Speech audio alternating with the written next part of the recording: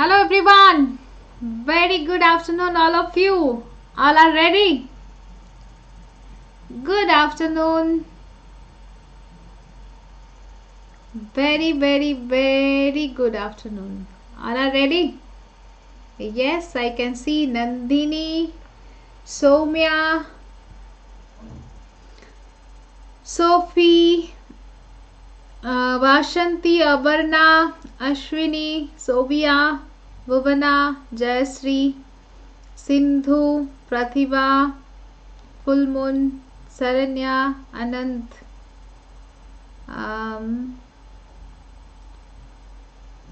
Kalaivani, Lopa, Ree. All are present. Okay, all are ready to do the mind mapping with me. Yes. So you are not able to remember anything. You are not able to. You are feeling stress before exam. Butta Singh. Hi, Butta Singh. Rohit. Yes. So you are feeling stress. You are not able to remember everything. You are not able to. You are thinking totally blank. I am totally blank, ma'am. How to remember? Right? So that's why today we will learn like a mind mapping, and I will tell you like a story. See that when you are learning through like bookish knowledge, then actually you will be not able to remember. But if I am telling you some story, with the story if you are relating the concept, computer science is not only a subject. Computer science like that, here I took some subject, there are some category. You can divide the computer science as per category. Here I took this subject, that is you can see computer architecture, operating system, networking. These are the three subjects are very related, very much related subject. Okay, but here if you are thinking this subject separately, then you cannot learn. It is, you will be not able to learn if you are not able to. I can say that if you are thinking that I am intelligent, you are not intelligent. If you are thinking that, I can prove that you are also intelligent, and you have also that power to memorize everything. Before starting, do you want to play a game with me? Do you want to play a game with me? Yes. Do you want to play a game with me?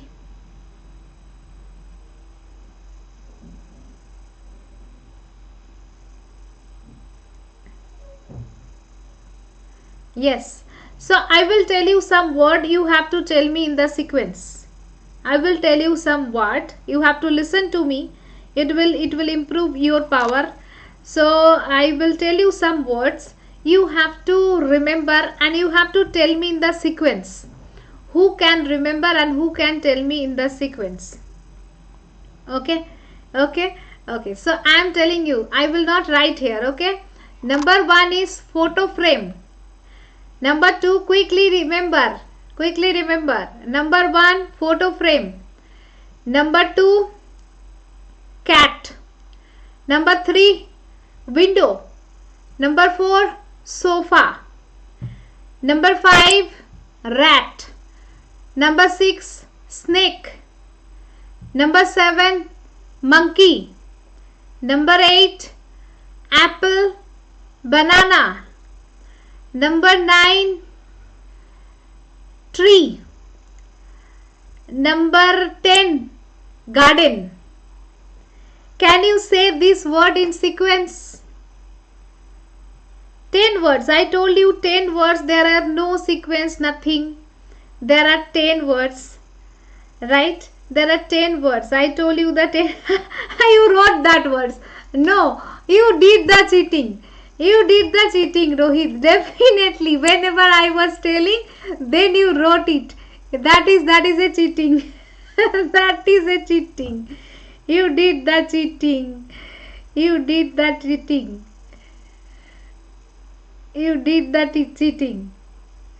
Okay. It is it is not.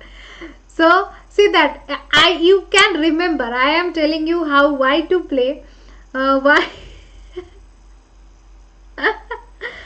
Why I am telling you to play? Those who are doing cheating, try to memorize in a sequence. You are able to memorize in a sequence or not? See that.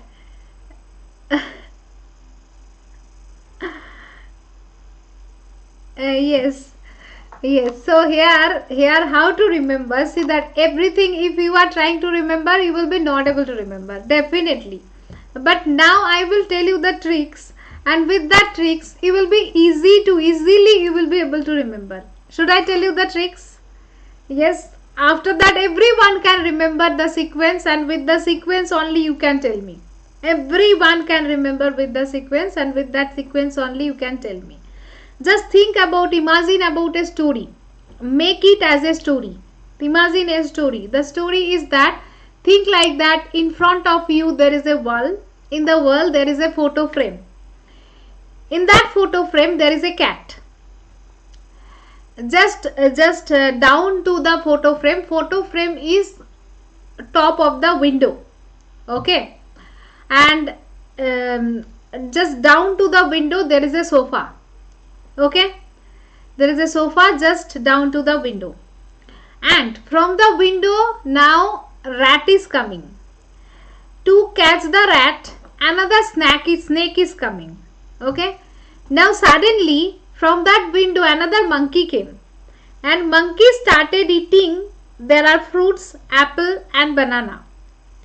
After that monkey go out to the tree in the garden. So like this sequence, now if you are binding these all the words in this story, then anyone can tell it in a sequence. Is it possible or not? Anyone can say, anyone can do it in a sequence. Everyone have that IQ level. Yes, you can tell me in a sequence. Yes or no? If you are thinking about the story, with that story, now easily you can tell me in the sequence that yes, this is the sequence. There was a photo frame. In the photo frame there was a cat. The photo frame was up down to the window. After that there was a sofa, and from the window rat came. To catch the rat, snake came. Then a monkey came. Then monkey started eating banana and apple, and after that it went out to the tree and in the garden. Like that, definitely you can remember. Yes. Yes, easily. No need to do the cheating. Without cheating also easily you can remember. That is the way you have to learn. That is the way you have to learn. If you are trying to learn to pass the exam, then you will be not able to remember. It's the fact. If you are trying to just memorize everything, it's obvious you will forget. Obviously you will be forgot. Right? So everything, make it as a story. Make the connection. Make the mind mapping. If you are making as a story, if you are doing as a mind mapping. Kindergarten, yes, like the kindergarten only you have to do this thinking. You have to do the thinking like this way. If you are thinking like this way, then learning will be easy for you. Okay. Now I will tell you that yes, how to bind this subject, how to relate this subject. Try to relate the subject, try to learn all the subject like a story. And I will continue this session upcoming 5 days like a story only, so that you can do the mind mapping, and after that you will never forget this concept. You will never forget this concept. It's not possible. If you are trying to forget also, then also you will be not able to forget. Okay. So take the challenge and start it. Start it. Okay. Yes. So see that. First of all, it's coming to computer architecture. In computer architecture, as a now tell me the sequence. Who can tell me the sequence? And now without cheating, who can tell me the sequence? Write down quickly. Now without cheating, who can tell me the sequence? No cheating. No cheating. Without cheating, you have to tell me the sequence. And if you are not telling me also, then also you can try by yourself that you are able to remember the sequence or not. You are able to remember the sequence or not? You can think. You will be able to remember.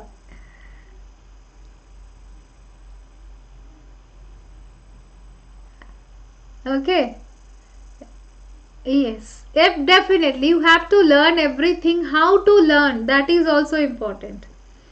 Again Rohit wrote. Again Rohit wrote it. Photo frame, window, sofa, rat, snack, cat. Rohit, you did mistake.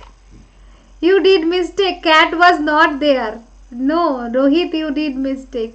Khatu Sarkar, photo frame, window, cat. No, you are also wrong. You are also wrong. Photo frame, cat, window, sofa, fruit tree. Then where is the rat, snake? Photo frame, window, photo frame, cat, window, sofa, rat, snake, monkey, apple, banana, tree, garden. Yes, Anand is correct. Anand is correct. Very good, Anand. Lopa, photo frame, cat, window, sofa, rat, snake, monkey, apple, banana, tree, garden. Very good. Yes, now you are able to remember, right? Okay, chalo. Now you will be able to remember. So believe yourself. You have also that power. Everyone have that IQ level. Everyone is able to remember everything. Just you need to bind the concept like a story. Everyone is doing, right? Just you have to bind the thing as a story, then you can easily remember it. So let's start. Here is the computer architecture. First of all, here the CPU. Now come to the computer architecture. Just try to visualize that. Yes, it is my computer. Here is a computer desktop. And here is my CPU, that is cabinet. Inside the cabinet, how the work is going on. How the work is going on, that is only we have to do. Okay. How to do this? See that. Here try to visualize the total computer architecture. We will now do the X-ray of the computer architecture. Do the X-ray. Computer architecture to operating system to networking. After that going to different subject. Okay, it's not stuck. I hope so. Is that stuck? Is it stuck? No, I hope.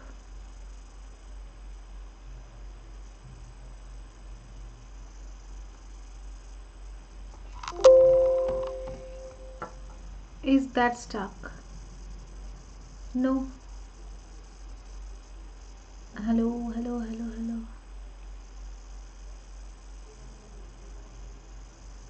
No, little bit. Video is getting.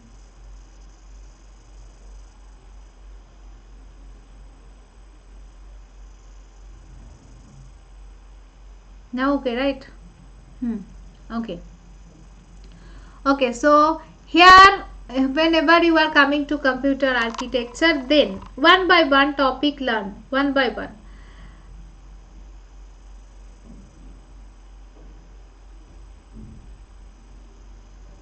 So sometimes my video is getting stuck, right? Sometimes my video is getting stuck. Ignore it. You are able to see the audio.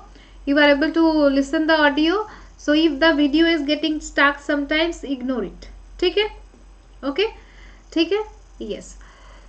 So just you have to listen to the story. Whenever you are thinking about computer architecture, in the computer architecture, what is there? There are different types of memory. What are the different types of memory? Secondary memory, main memory, right? Now what is your secondary memory? Secondary memory is your hard disk where you are storing the data. Secondary memory is your hard disk where you are storing the data. Primary memory is main memory, where the working memory, where actually your all the work is going on. Whenever you are writing the programming, right? At the time of writing programming, at everything we are storing into hard disks, that is in secondary memory. But it is coming to main memory. Why? Because CPU can execute the program through the main memory. Okay, in the main memory. Now in the main memory also, yes, there is RAM and ROM. There is RAM and ROM.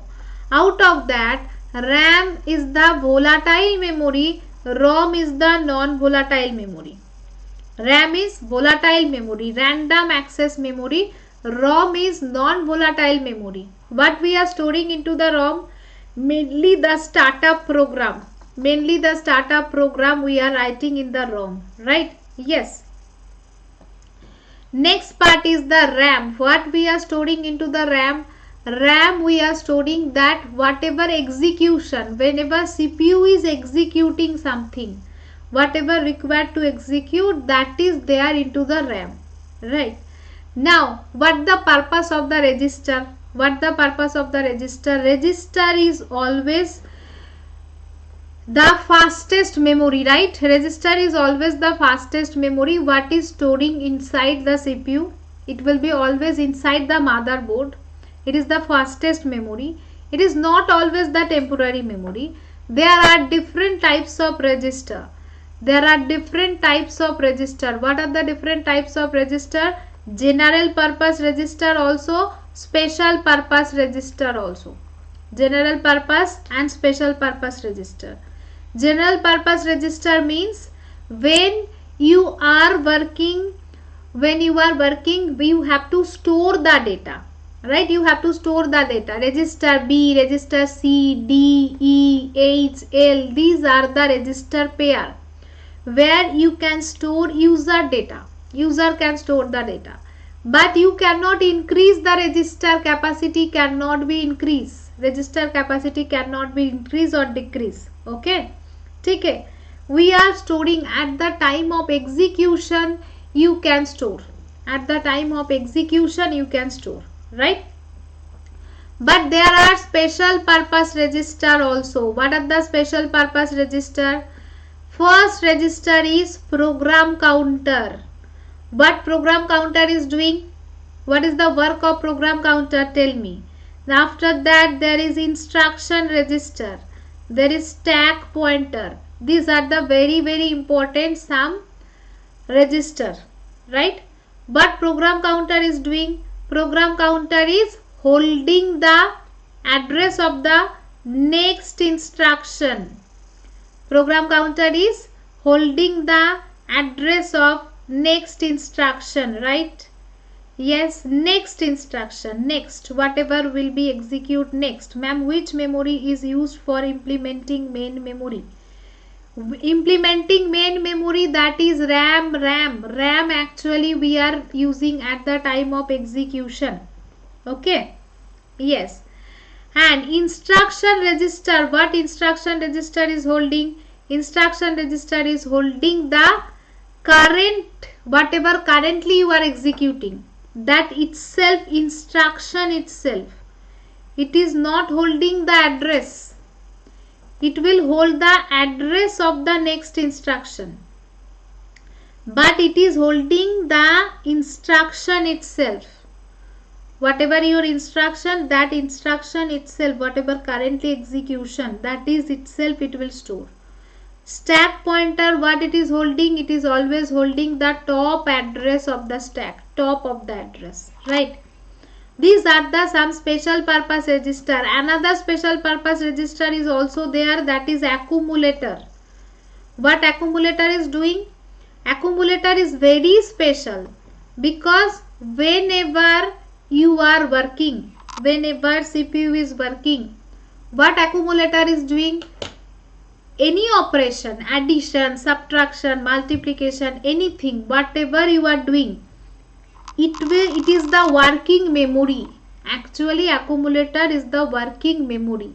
Accumulator is always storing your result and always holding the data. You have to do the addition. If we are writing that add B, and here B is there, what is A? Where is A? Where is A? Yes, where is A?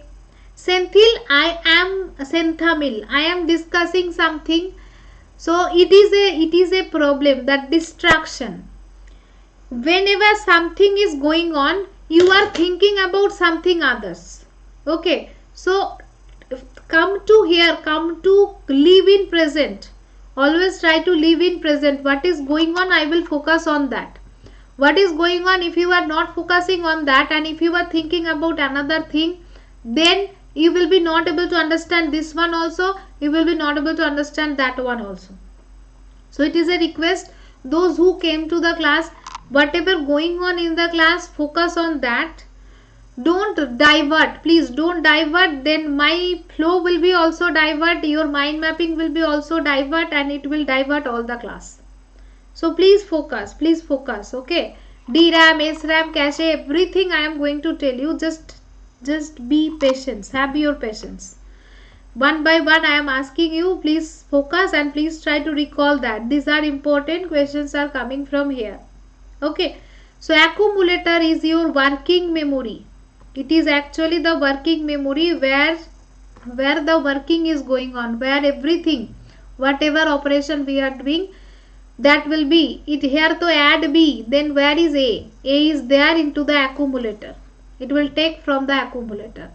You are doing key B plus A. After that you will store into the accumulator also.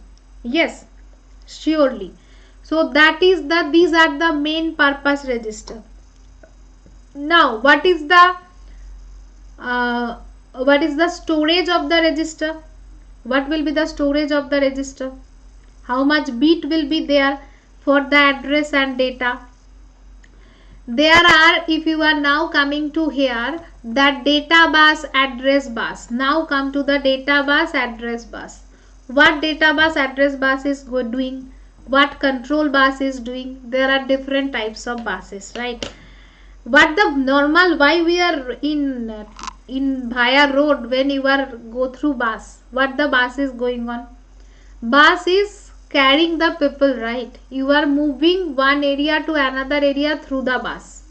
So here also bus is doing the same thing. Now there are different types of bus. Passenger bus, data bus, means we are using some truck, lorry, bus, car, train, different types of transport are there, right?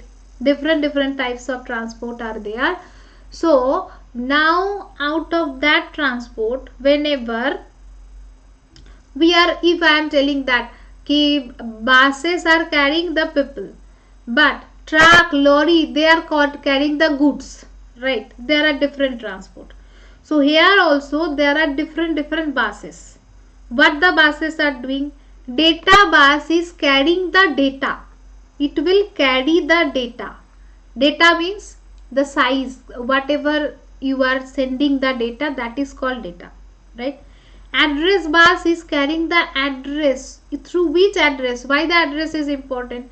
Because whenever you are running the program, one by one program running is going on. Whenever you are running the program, then at the time of running program, it is stored where?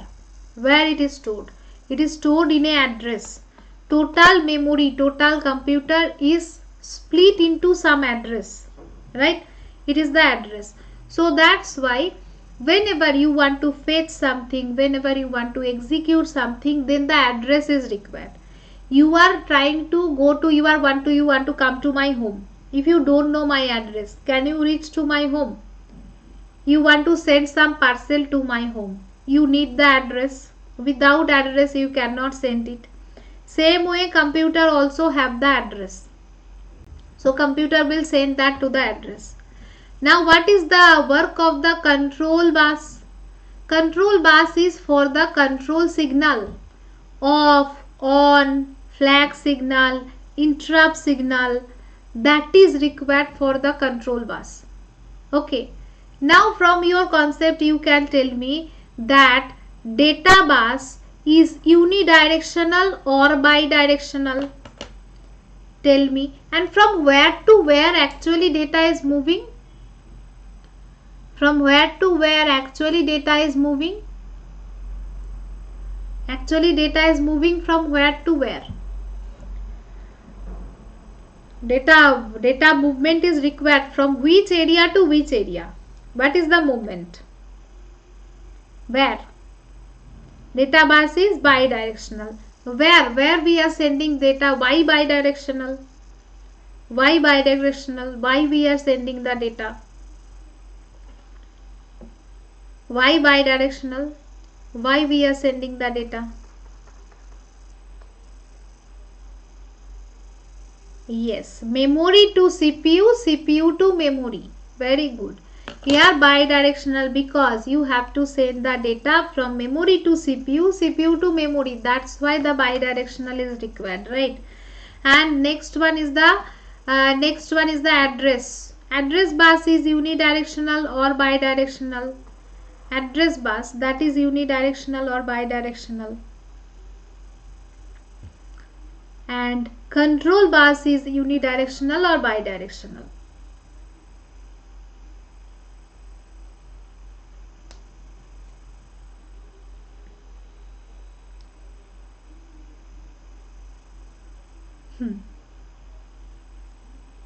Okay, good. So address bus will be unidirectional because you will only send the address. CPU will fetch the address, right? So CPU will fetch the address means here it will be unidirectional, one side only. No two side is required. Control bus will be unidirectional or bidirectional? Control bus is bidirectional because control signal CPU will send to memory. Memory will also send to CPU. That's why it will be bidirectional. Now ROM, so I already told that ROM is storing the BIOS, mainly the booting at the time of whenever you on the computer. How the computer is working. Whenever you on the computer, then computer startup routine is there, right? Computer startup routine will call the BIOS, that is basic input output device. So that will be stored into the, and after that it will call the operating system also.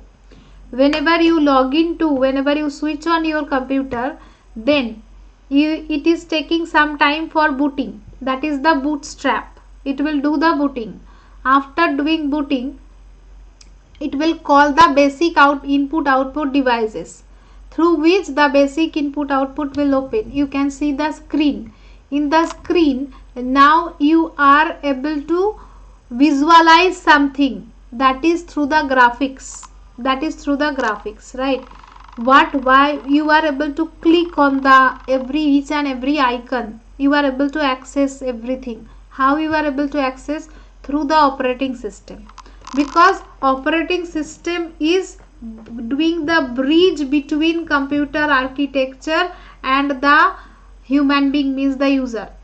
Between them, computer operating system is doing the bridge. Operating system is working as a bridge between them, right? So here, that's why, and here the RAM, there are two types of RAM also, SRAM and DRAM. SRAM and DRAM. Now, why the work of SRAM? What is the work of SRAM and DRAM? SRAM is actually static RAM. Static RAM means where we are using static RAM, what is not that much changes are required. Frequently changes are not required. So where we are using stacks, where we can use the SRAM and where we can use the DRAM. DRAM is useful where the frequently changes are going on. Right? Yes. So SRAM is used for the cache. Now the concept came cache. What is cache? What is cache memory? Cache memory, why it is required? Cache memory is the next important thing. Where is the important cache memory? Here is CPU, and after that there is the main memory. In between of CPU and main memory, there we can place the cache. Why? Why the cache is required? Because cache is a super fast memory, that is the SRAM. It is actually the SRAM, static RAM. This can store the data. What is frequently used data? frequently computer is using the data that is in the cache memory, because it can, so that CPU can access is more faster way CPU can access it. That's why the cache memory is present, and cache memory capacity is less, and that's why here the mapping is required between cache and the main memory. That is the cache mapping, because main memory size is more.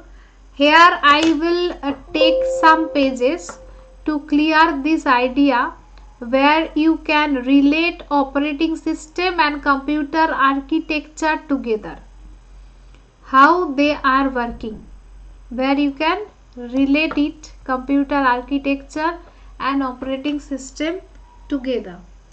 Here is my CPU, okay, here is my secondary memory, here is my secondary memory, here is the main memory, and here is the cache memory. Okay. Normally size is what? Normal size is secondary memory size is very high, then main memory, then cache memory, then here is the CPU. So here these are all the types of memory. Now what is going on? Secondary memory is divided into some slots. This is divided into some slots, and that is the same size. This is the same size slot. What is the name? What is the name of these slots? When secondary memory is divided into some slots, what is the name of that slots? No, Rohit. Is it correct? Rohit is correct. Yes, no, yes, yes or no? Confirm. Main memory is divided into something. Main memory is also divided. Yes. Okay, all are telling. Now Nandini is telling frame. So what is page and what is frame? Which one is page and what is frame? Frame or page? Now confused. Cache is also divided into some blocks. Okay, so what is going on here? Here it is going on segments. Now from where the segment came? See that. Here what it is going on? Secondary memory according to the process. Okay, these are divided into some pages. These are called pages. Secondary memory pages. And main memory divided into frames. Cache memory divided into blocks. Cache memory divided into blocks. Now the size of each and every one will be same as here also. The size, because whatever you are going to copy, there is 100 line of program. You are writing a program. In that program there is 100 line. That is my process. That is my process. Okay. This process, now I am dividing each and every pages 10 line. In each and every pages I am storing 10 line. Okay. Offset. Is it offset? I am telling you what is offset. See that. I am dividing each and every pages into 10 line. 10 line, 10 line, 10 line, like that. Okay. So, and each and every pages, if I am dividing in 10 line, means maybe I am thinking 10 KB is the size of each and every page. Whenever I am copying the pages, whenever I am copying these pages, that will be same, because if I am asking you to do a Xerox copy of the page, ultimately what? You are making a Xerox copy. So So if you are taking Xerox, number of line in original page, the Xerox copy will be also same. So you are doing Xerox. So whenever you are doing Xerox, then that is coming to main memory. After that, main memory size is little bit less, right? So that's why here what is going on? Secondary memory is called pages, and number of pages, how many pages will be there, that is number of pages. And here the offset means that is the size. And here this is divided into what? Number of frame and the offset. Number of frame and the offset. Right? So now tell me, this size, this offset size and this offset size will be same or not? Because I am making the Xerox copy, right? So always the main memory size and the page size, that will be same. Yes. So always remember that ki offset will be same. Anyhow offset will be same. Definitely. Offset is actually what? That is the size. Offset is actually the size. Offset is actually the size, right? Now, how many pages will be there? How to calculate number of pages? How many pages will be there? Because number of pages is actually depending on the process size. What is your process size? Divide by page size. Process size divide by page size, that is actually your number of pages. Okay. Number of pages will be process size divide by page size. Clear? Yes. So from here you can get number of pages. Now here whenever frame offset to already there. Now tell me, how many bits will be allocated for the number of pages? Number of bits, how many bits will be allocated for the number of pages? That is depending on what?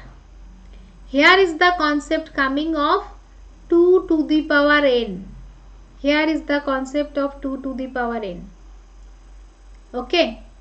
Because the number of bit is required, n bit is required in computer throughout the computer architecture, networking, operating system. Whenever you are able to see that the capacity, whatever the capacity is, then the number of bit, how many bit are there?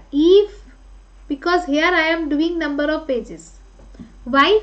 Because if I am telling you I have 3 bit to represent the number, then I can allocate 0, 0, 0, 0, 1, 0, 0, 1, 0, 1, 0, in that way 1, 1, 1.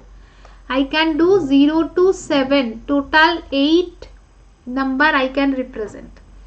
If I have 16, if I have 6 bit, then I can represent 2 to the power 6, that is 64 pages. Right? So in this way page mapping is going on. That is the mapping, and this mapping is called the paging. This mapping is actually called the paging, right? This is actually called the paging. Paging is going on between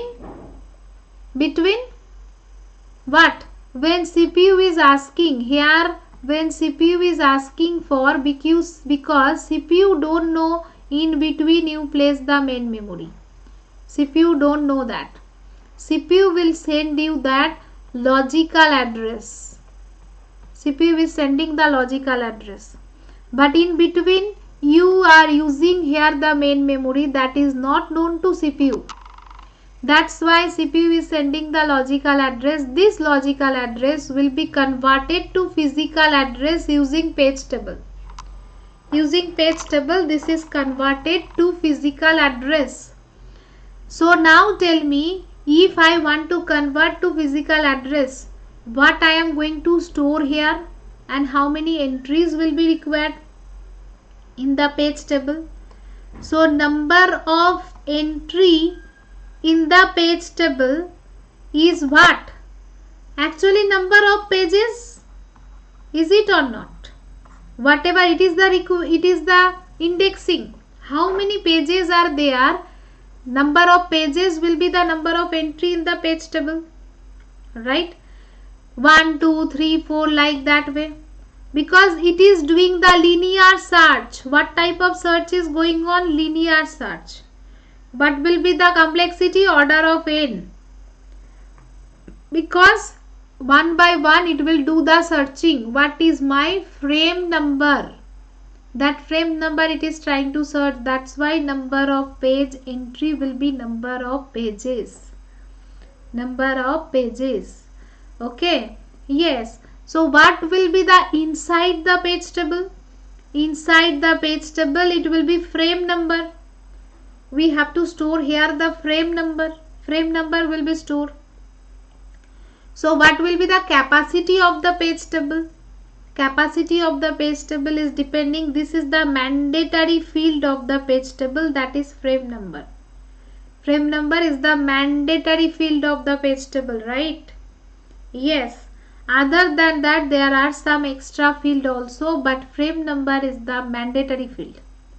So normally if it is asking me that what is the size of the page table, that is actually number of pages multiply into bit required to represent the frame number. Bit required to represent the frame number. That will be my frame. That will be my page table size. Definitely.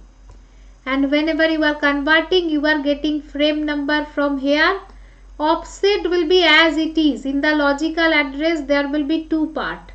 One is page number, another is offset. Offset will be as it is. There is nothing else. Offset will be as it is, right?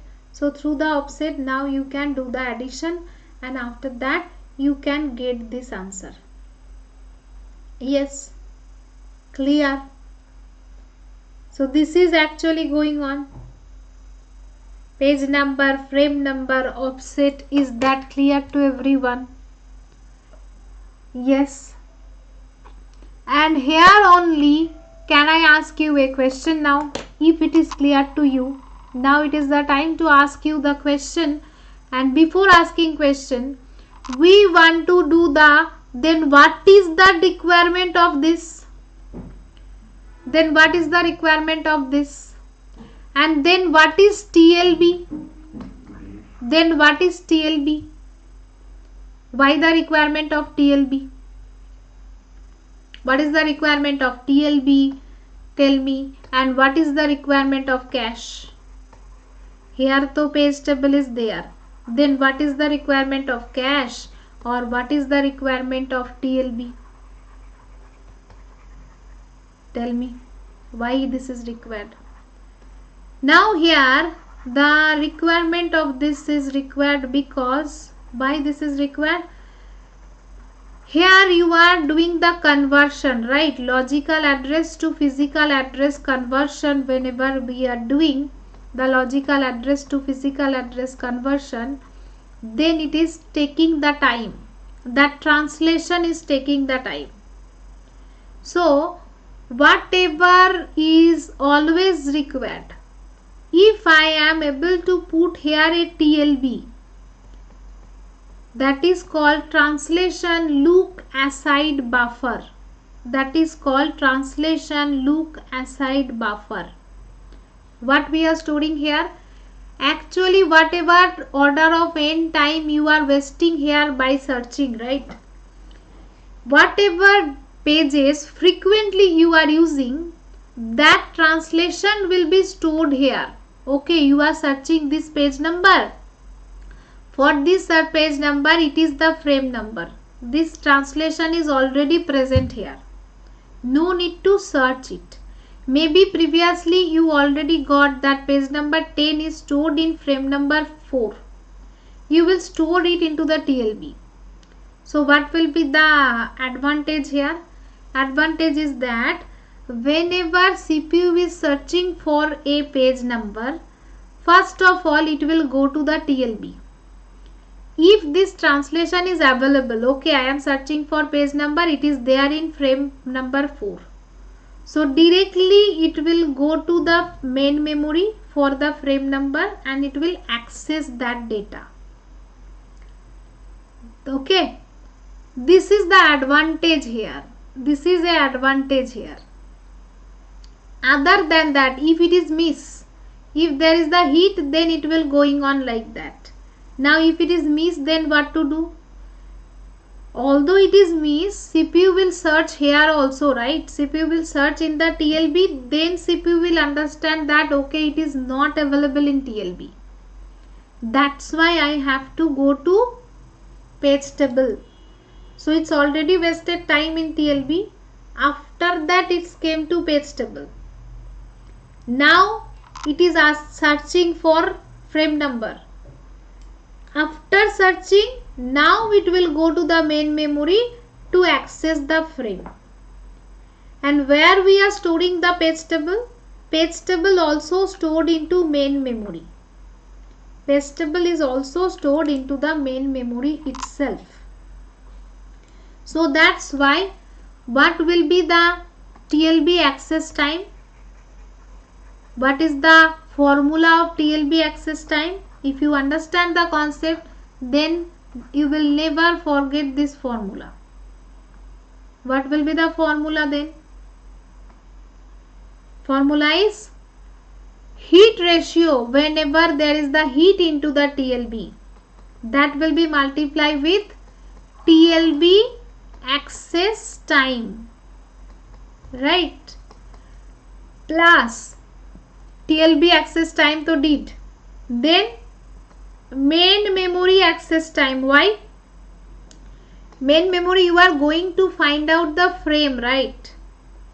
That is enough. Whenever there is miss, then what is going on? Whenever there is miss, then what is going on? I am searching in TLB one time. TLB access time is there. With that, I am searching in page table.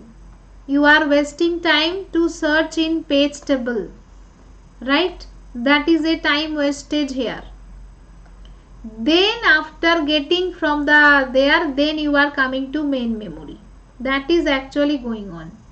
Now this page table you can replace with the access time of main memory, because page table access time is actually same as the main memory access time, because ultimately page table is stored into main memory itself. So that's why it is 2 multiply into main memory. That's why ultimately this part we are writing as miss multiply into TLB access time plus 2 multiply into main memory access time. This is the way actually this is going on. Is it or not? That is actually going on here. Yes. Right. That is the concept. This is the way it's going on. So that is the TLB. Right? Clear? Now here the TLB, page table, everything is clear. Everything is clear. TLB, page table. Now I will come to main memory also.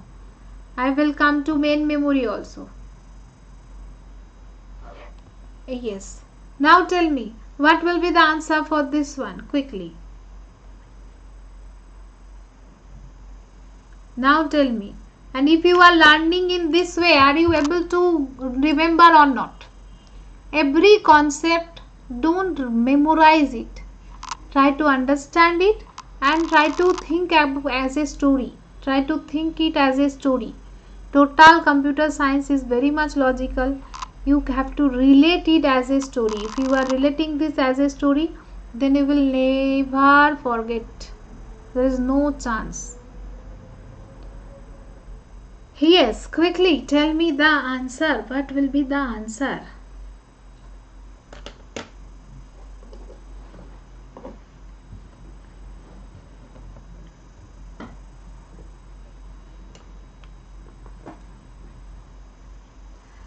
Yes, very good. Answer is 34. 34 will be the answer, because from here you can see 64 GB is the main memory. So 64 GB conversion is there, that is 16 means 2 to the power 4, and then multiply GB means 2 to the power 30. 2 to the power 4 multiply into 2 to the power 30, that is 2 to the power 34. Always remember, this is very important. This is also very important. Whenever you are coming to the size capacity of the computer, first of all computer know only 0 and 1, that is your bit. After that, next thing computer know, that is byte. Byte means 1 byte is 8 bit. Then it is coming to KB, that is kilobyte, 2 to the power 10. Megabyte, 2 to the power 20. Gigabyte, 2 to the power 30. Terabyte, 2 to the power 40. This is very important for your computer architecture numerical and your operating system numerical. So from here it is coming 16 GB means this is multiplication of the power, means it will be addition, that is 2 to the power 34. So that's why your answer will be 34. Now tell me the next one. What will be the answer for this one?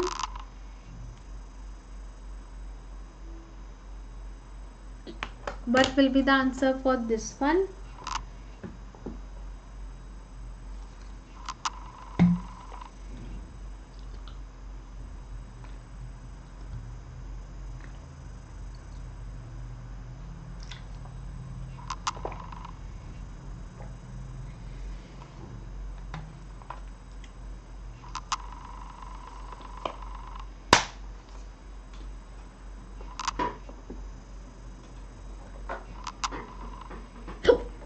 Sorry. So answers are coming. Very good. Consider the machine 16 GB main memory, 32-bit machine address space, and it is given, the frame size is also given. Find the number of pages required. Just now I told logical address is divided into two parts, that is number of pages means page number and the offset. What is your offset? Offset is actually your page size. 4 KB is your page size. So it will be 2 to the power 2 multiply into 2 to the power 10. That is 2 to the power 12. So 12 bit is there for the offset. So from here I can get 12 bit is there for the offset. And total logical address space, that is virtual address. Another name of logical address is itself virtual address. That is given to me 32 bit. So how many bit will be there? This will be definitely 32 minus 12, that is 20 bit. When 20 bit is allocated for the page number, then how many pages will be there? 2 to the power 20 pages will be there. Number of bit is 20, then how many pages are there? 2 to the power 20. That's why answer will be here 2 to the power 20. Okay, ठीक है? Clear? Now do this one. Now do this one. Yes, definitely question. We will do the concept, and with the concept question also. There is no class where I am taking only concept. In this YouTube, I hope you will not get any class without question I took.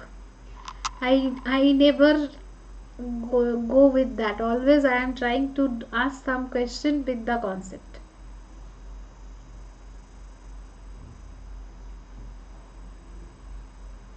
Which formula? Aruna, which formula? Here to no formula. Here is there any formula? Nothing. You have to remember what we did. Just after that also we will do that. Here it is asking you number of bit for the frame offset. Just now we calculate. Just now here we calculate that 12 bit. So that's why your answer will be 12. Just now you calculate, right? Next one is that given each page table entry of size of this, then what is the page table size? What is the size of the page table?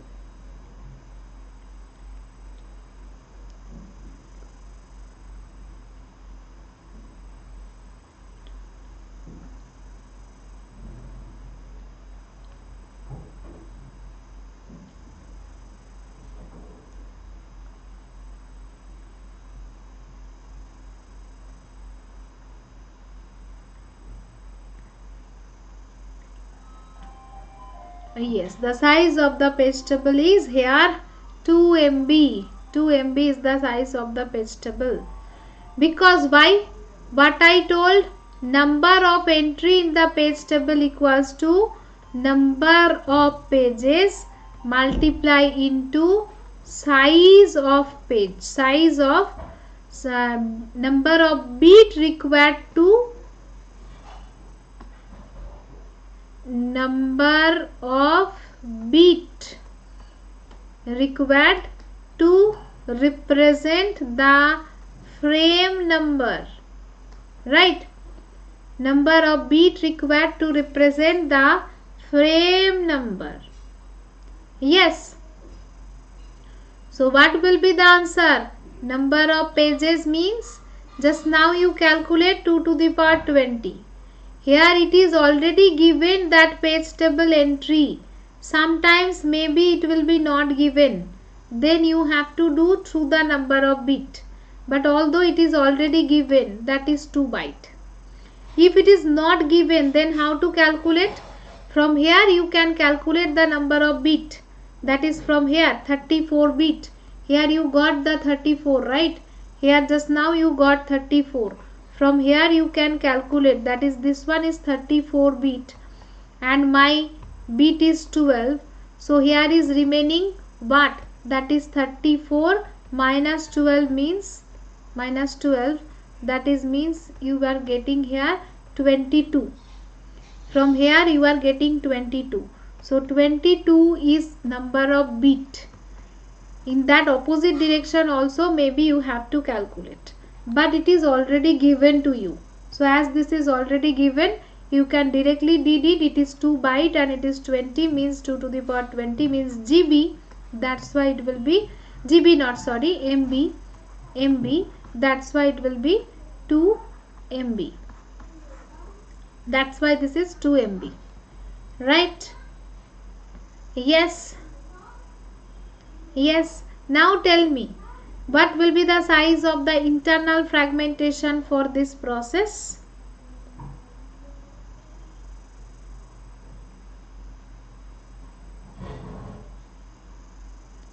Internal fragmentation, what will be the internal fragmentation?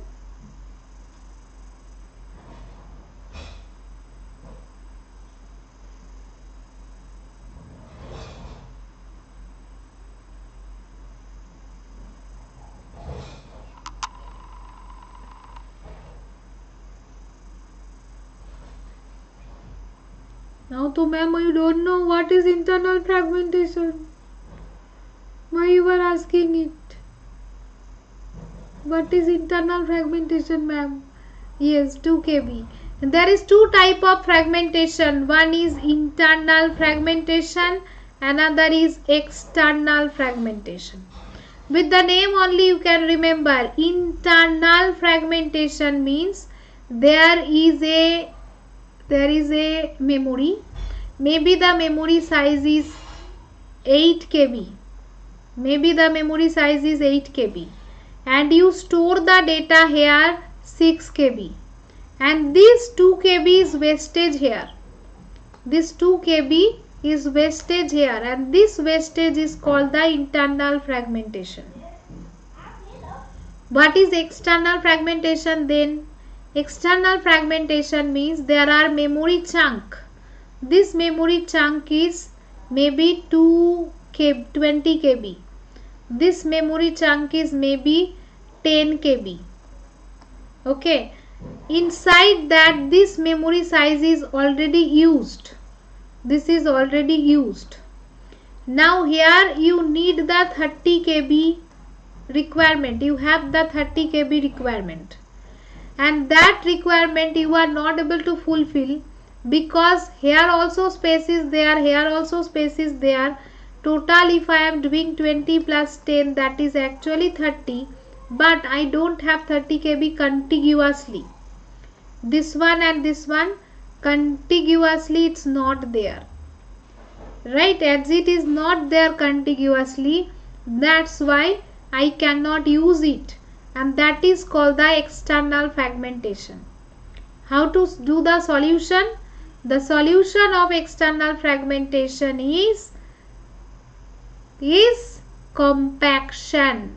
Compaction is the solution of the external fragmentation. How? You can press all the free memory in one side and all the used memory in other side. You can shuffle like that. All the used memory will be in one side and all the free memory will be in another side, so that I can get a contiguous free location using compaction.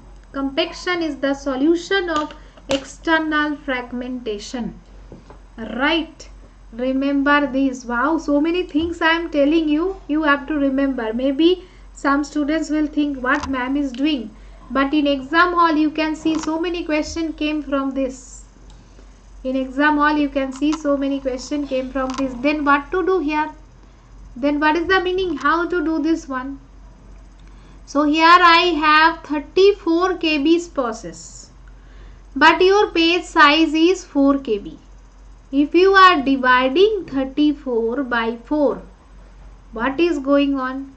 34 by 4, you are getting 8 2s are 30, 8 4s are 32. After that also 2 is the remaining, right? 2 is remaining. So I can use 8 into 4, that is the total, complete, there is no wastage. After that also I need an extra. In that extra I need only 2 bytes. Here these are already full. 1, 2, 3, 4, 5, 6, 7, 8. This total 8 is 8 multiplied into 4, that is 32. After that also I need extra, that is the 9th one. In that 9th one I have used the 2 kb space, and this 2 kb space is wastage here, and this wastage is my internal fragmentation. No solution of internal fragmentation, because you already used this place. There is no solution, and that is the internal fragmentation here. This is called the internal fragmentation. Got it? Clear? So this 2 kb is the wastage. Easy way that just divide it, and whatever my remainder, that is my internal fragmentation. So it is my internal fragmentation. Clear? Now tell me, what will be the answer for this TLB? What will be the answer for this TLB?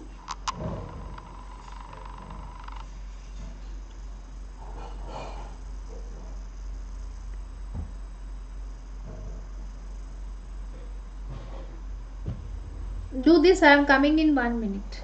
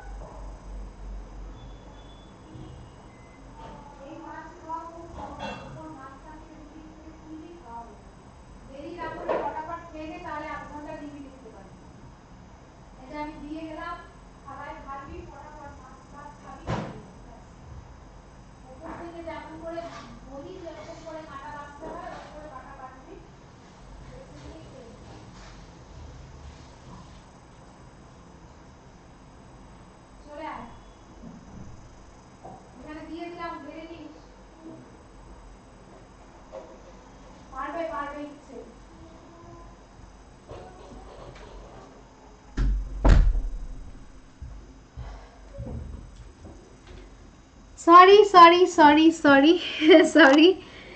Just now actually she came from the school. I gave her food. I request her today, please take my food by yourself. So she's shouting. No, why? Okay. So here it is heat ratio. How to do that? 205. No, 205. How 205? What I told, heat ratio TLB access time plus main memory access time. And 1 minus heat ratio, that is miss ratio, TLB access time plus 2 multiply into main memory access time. So whenever we are doing it, then you will get the answer 132 plus 63, 195. How you are getting 205? They boli na? It is not 205. It is 195. Don't do the mistake. That's why I explain you formula also. Right? Yes. So I hope your mind mapping is done in this topic. After that I will come to the next topic. So what is you are doing the logical address? Logical address means what? Logical address means page number and offset. Physical address means what? Frame number and offset. Right? And offset will be always same. Offset are always same. Page number and frame number you are getting from physical address, you are getting from main memory, and this is you are getting from process size. Process size, right? That is actually thing. And what is the page table? Page table is storing the number of pages multiply into bit required to store the frame number. Other than that, some bits are there into the page table. Some extra bits are there. Like that ki dirty bit. Some extra bit is there. Dirty bit. Some access bit means security bit, like that. Access means access permission, read, write, execute. Some extra bits are there in page table. But if only this is given, then you can do from here. Got it? Clear? This concept is clear. Now come to the concept of, okay, till now I came to here into the main memory. So here what was our thing? There was the CPU, and here was the secondary memory. From the secondary memory we came to main memory using paging. Now from main memory also I have to send something into the cache memory. From main memory also I have to send something in cache memory. What are very, very important, because what are frequently using data. The frequently using data we are sending into the cache memory. CPU is accessing that data from cache memory. Here is also the size problem. Main memory is divided into frame. Now out of them, some of them I am sending it, and that is called the block. There are some block, right? These are the some block. Here now, how CPU will know that where you store that data? There is the frame number, maybe frame number 10. How CPU will know that in which block it is there? How it will be known? That's why here the technique are used. That technique are called cache mapping technique, right? Here the cache mapping technique are coming. There are how many cache mapping technique? How many types of cache mapping technique? There are 3 types of cache mapping technique. Direct cache mapping. One doubt, for the first CPU will search for cache or cache or TLB or frame. It is depending on the architecture. See that here the cache is between main memory and here the logical address. Whenever you are logical address, if the TLB is there, paging is different way, and cache memory that is available into the cache, that is indifferent. From where you are searching, that is depending. It is depending on the architecture, and it will be not always like that I will do it. Okay, so normal sequence is definitely CPU is searching into the cache. That is the normal sequence. It will search into the cache. If it is not available into the cache, then it will go to the page table. Okay, so then after from the page table it will search from the main memory. If it is not available in main memory, then it is going to the secondary memory. That is the concept, right? So yes, before cache mapping, so here that's why that cache mapping is required. Direct cache mapping, then set associative cache mapping, and COA set associative cache mapping, right? These are the cache mapping technique. Okay, these are the cache mapping technique. Yes. So here in the cache mapping technique, now Rohit was asking that question. Okay, when I am accessing from the cache, how to access from the cache?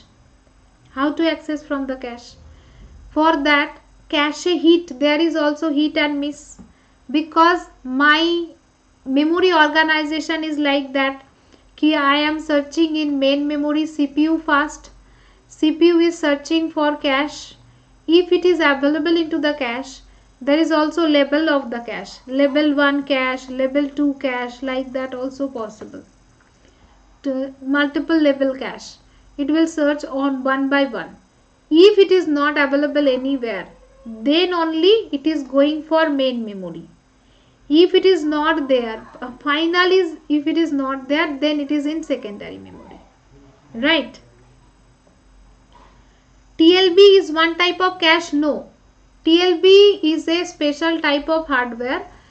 Whatever hardware you are using for cache, that is also a RAM. So it is also using the register. It is actually the special type of register where you are storing, cache is storing actual data. The difference between TLB and cache is there. What is the difference? TLB is storing only the translation. It will not give you data. Only the translation means only the address it will store. It will store only the address of main memory, where is the translation from the logical address to physical address translation it will store. It will not store the actual data. But cache is storing actual data. In cache you can get actual data itself. It is not storing only address. There is a difference. That is the difference. TLB is helping at the time of doing paging. Unnecessarily for searching on the page table, that wastage will be not there. But it cannot give you data. Anyhow you have to access main memory. But whenever the cache is there, cache is storing actual data. If it is available into the cache, no need to go for the main memory. Without searching to the main memory, you can access the data from the cache. That is the difference. Difference is clear? Difference is clear? So, when you are doing the cache access, how to do the cache access? Whenever this is the memory hierarchy, right? This is your memory hierarchy into the cache. So here this is the CPU, after that cache, then main memory, then auxiliary memory. Okay? Yes. So that's why how the access will be happening. When the access is going on, then effective access is hit rate multiply into cache access time plus miss rate multiply into lower level access time. This is the simple thing. Simple thing is that, right? So now whenever you are coming to the multi-level, because it is not the one level, it can be multi-level. whenever you are working with the multi-level, then how it will work? Level 1 heat ratio multiply into level 1 access time. If it is not available, then level 1 means multiply into level 2 heat, then level 2 access time. If it is not available in level 2 also, then here is the CPU, here is the level 1 cache, then after that there is the level 2 cache, then here is the main memory, and main memory heat ratio is always 100%, because ultimately your data will be there in main memory. It is the expectation of the CPU, so 100% it will be there. Maybe 20% data are available into the level 1, maybe 30% data is available into the level 2, and remaining all are there into here. Remaining all are there. Okay, okay. So this is the formula. This formula will only you can remember. Normally whatever questions are coming, you can do with this formula. That is miss ratio, then level 2 heat ratio. Here is the question, you can see how to solve it. How to solve it.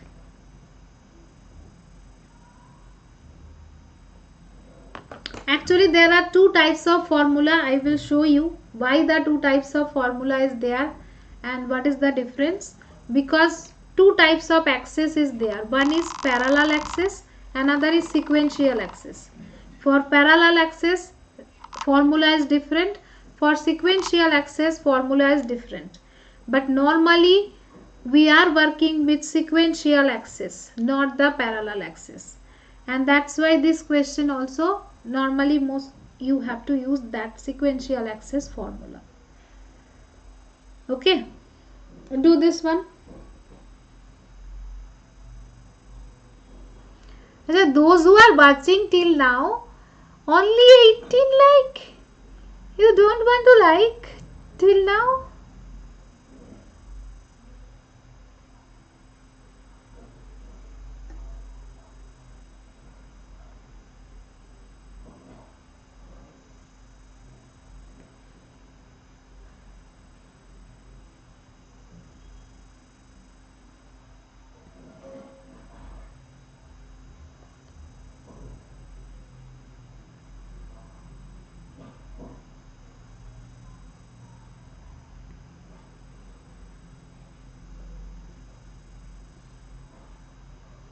Okay.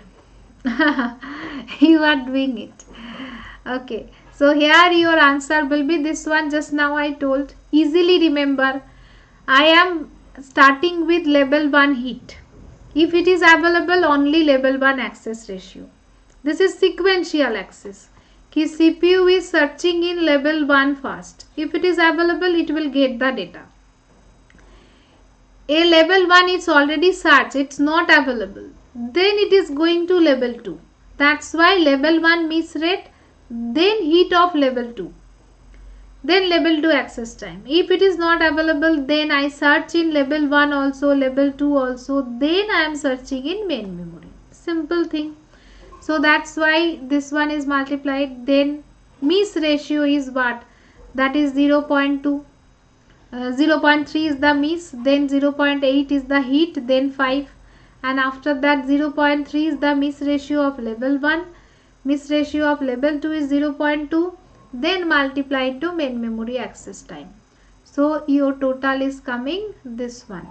Add it, and at the time of doing multiplication and addition of the fraction, be careful, don't do the mistake here. If you are doing mistake here, means you are gone. Right? Yes, 100% heat ratio always in the main memory. Main memory is always as per probability, means 0 to 1 is your probability. So 1 is always the probability of main memory, because must it will be heat. Always it will be heat. 1. You can think like 1. 100 that was given in the question.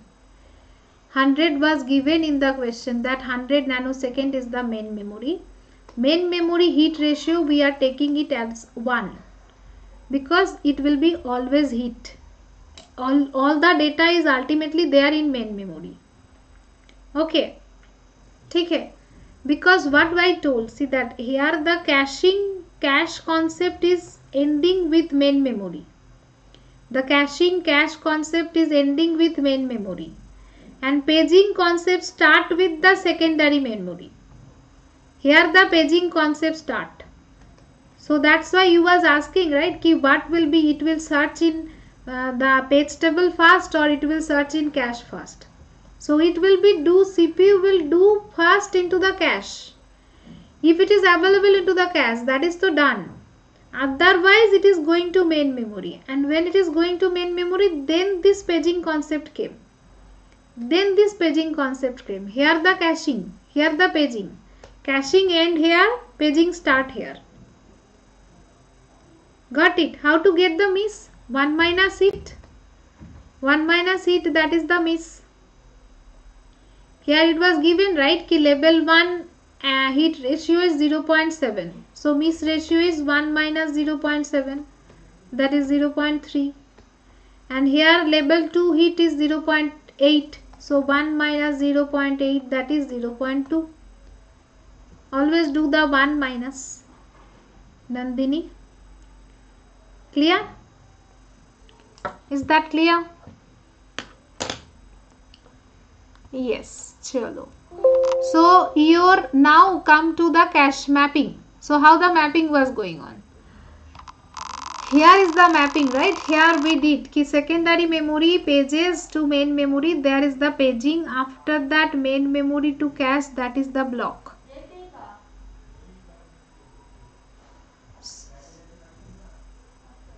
So here is the block, right? So cache to processor, here it is coming in the register. Here is the register. This is the thing going on. Now whenever I am doing mapping, direct mapping, fully associative mapping, and COA set associative mapping. What is the difference here? In the direct mapping is directly doing the mod operation.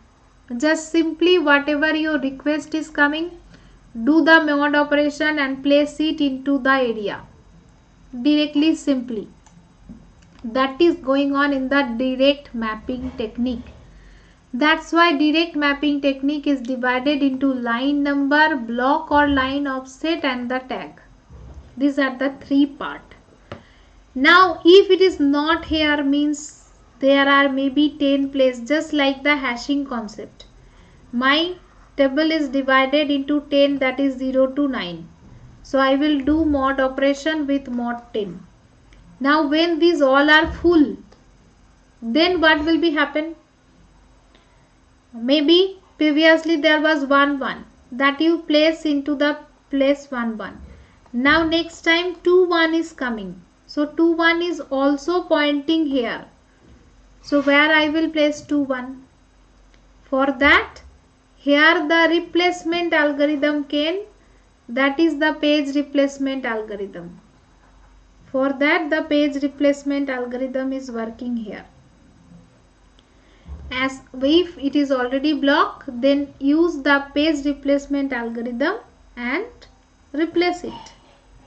Right? Then replace it. That is only going on here. So that's why here need of page replacement algorithm. There is no need. Why? Because the main memory block can map only to the particular line of the cache. In the hashing it was possible. Hashing I was replacing. But here it is no need, because only one particular line is possible, because if you are replacing, then previous one will be not there. That's why here we will not do. Okay. New incoming block will always replace the existing block. Is there requirement of replacement algorithm? When the replacement algorithm is there, there are multiple possibility. In the block, there is 1 1, there is 2 1, there is 3 1. Now 4 1 came. Now you have to decide that out of 1 1, 2 1, 3 1, which one I should replace. then only I need the strategy of replacement. But here, at a time, I can do only one thing. Only one data is available at a time. If previously 1 1 is there, now 2 1 came, 1 1 will be replaced with 2 1. Now 3 1 came, 2 1 will be replaced with 3 1.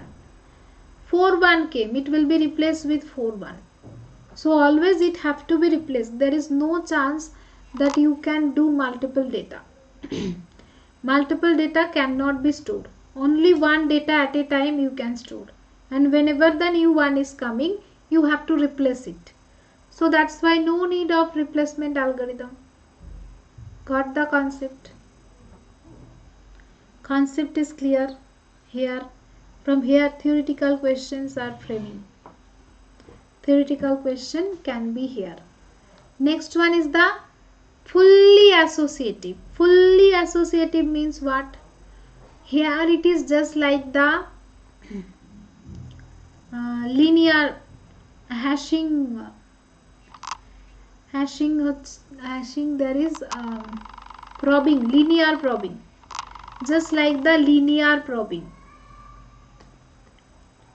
Just like the linear probing. In linear probing, what was going on? Whenever there was 1 1, it is already blocked. Now next time 2 1 came, you will place into the position 2. That's just the next position. Now 3 1 came, you will place into the next position. That was the linear probing, right? Same concept here in the linear probing, that yes, fully associative mapping, one by one you will place. There is whenever the line is, whatever line is freely available, you will be able to put there. Nothing, no need to do one, just one by one you are going to place. In linear probing, though, still there was mod operation. The mod operation was there, but here no mod operation, nothing. Okay? No mod operation is here. Clear? Yes. So in fully associative, that's why you have to remember, fully associative, a replacement algorithm is required. Why? Because one by one you placed. Now all are full. Now whenever another one came, you have to apply replacement. Which one I should replace? Okay. Replacement algorithm suggests the block to be replaced. So sometimes we are using FCFS, sometimes we are using LRU, like that. That is the page replacement policy required here. And here division of this, that is the block number only and line or offset. Tag is not required. No requirement of tag. Because in tag, maybe when I came, what is the time, that will be required. But here nothing is required, right? So extra thing, extra additional, any data is not required. K-way set associative, how? Total number of set is divided into total number of addresses is divided into some set. Per set, how many data? Per set, how many line I can avail? That is the 4 line maybe I can avail. That is called 4-way set associative. In per set, how many lines are there? That is the K. So total number of set, total number of line, if you are dividing by K, then you are getting number of set. And here the mod operation will be going on with the set. Mod operation is going on with the set here, not with the line number. Not with the line number, you have to do the mod operation with the set number, right? Do the mind mapping. What was in the direct, what is in the say associative, what is in the K-way set associative. Whatever topic till now I am covering, all these topic are your 10 marks topic. That's why I am focusing on this topic. These all are your 10 marks topic. And you can get 10 marks question from here. Yes. So tell me. here whenever you are doing the mod operation, that's why these are the special classes, very very important. If k equals to 1 means per set I am taking only one line, then the number of set will be actually number of total number of line itself. It is just working as the direct mapping. It is just working as the direct mapping, right? And if k equals to total number of line, there are 10 line and k equals to also 10, then how many sets are there? Only one set will be there. That's why associative mapping will become fully associative mapping. Very very important points. High chance question can come from here. Must remember these points. Is that clear? Is that clear to everyone? Yes. Now tell me what you understand. So that's why here the set number is required, block or line offset is required, and the tag is also required. That is the K-way set associative mapping. Okay. And here are the type of misses. Cache miss. How many types of misses are there? Last year question was there in this area also. Yes. Compulsory miss and the conflict miss. Compulsory miss and that is conflict miss. Another one is capacity miss. Coherence miss. This is also here. Compulsory means what is coming for the first time, that is called compulsory miss.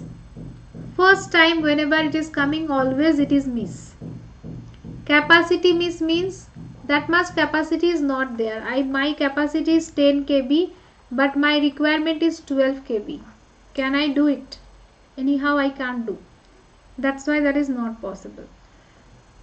Conflict miss means CPU is expecting that I sent 12 previously, it should be there, but it is replaced with 22, that's why it is not present. That is called the conflict miss. Coherence miss, it is also known as the invalidation. This miss occur when there are external process, that is input output updated the memory. Memory means through your pages it is not updated. Any page did not replace. Input output device replaced the page.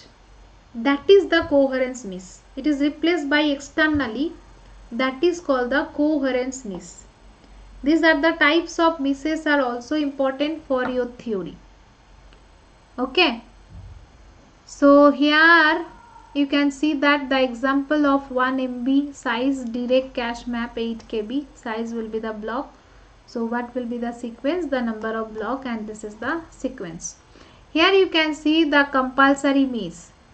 First time 2 came, 216. These all are the compulsory miss. But 0 was there. Okay, here 256. 216 it was there, but it is replaced by someone else, and now whenever you are asking for 256 it is not there, and that's why it is called the conflict miss. These are the conflict miss, because again I am asking for it but it is not present. Again I am asking but it is not present. As this is not present, that's why it is called the conflict miss. Next time it is coming but it is not present. Okay, that's why it is called the conflict miss. Now do this question. Do this question. I am checking she is taking food or not. Just 1 minute, I am coming.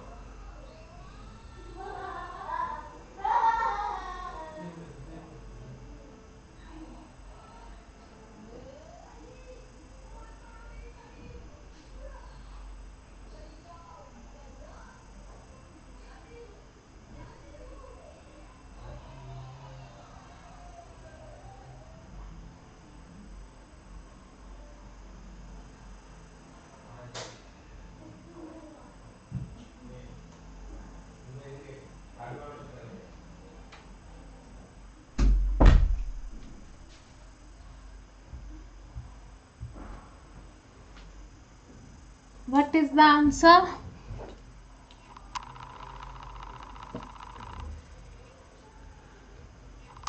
Difference between set associative and fully associative mapping. The difference between fully associative and set associative mapping is that here if you are coming to fully associative, let me take a page.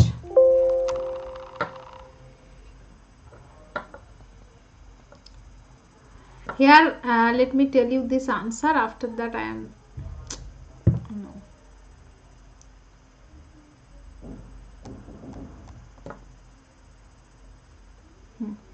What will be the answer? I am coming to your doubt, Debolina.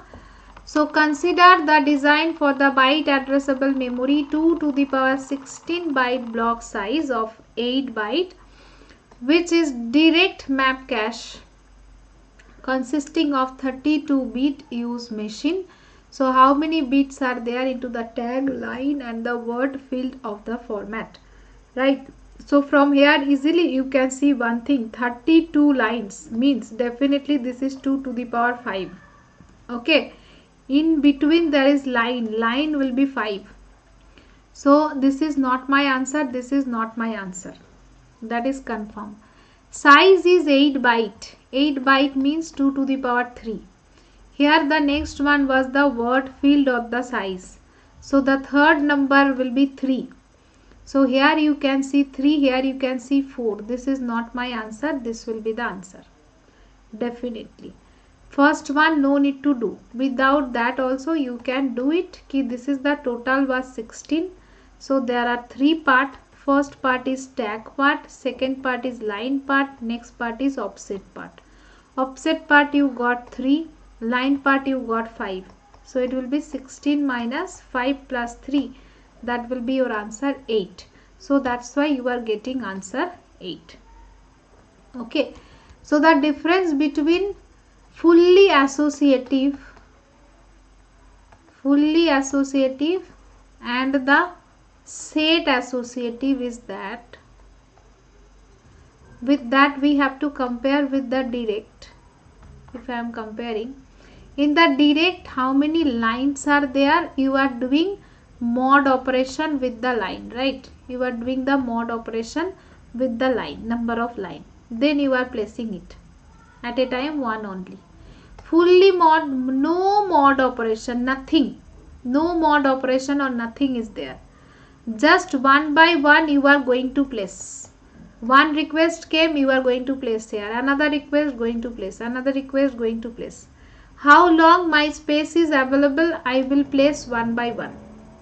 No mod operation, nothing is here, just one by one place it. That is the fully associative. Set associative is total number of lines are divided into k. That is the k way.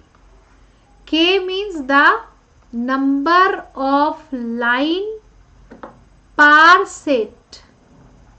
Per set, how many lines are there? I took the water or not? Oh my god.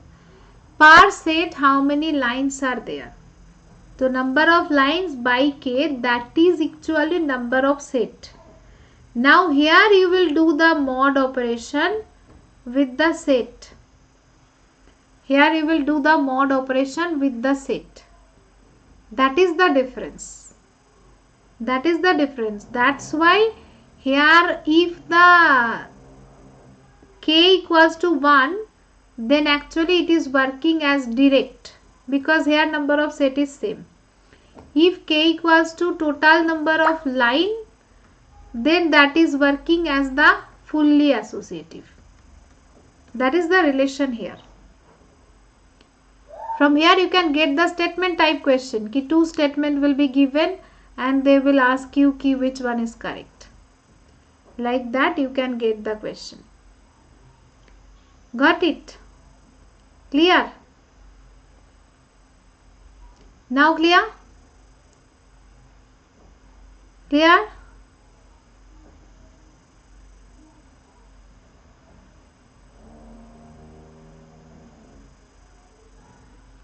I'm not getting your answer.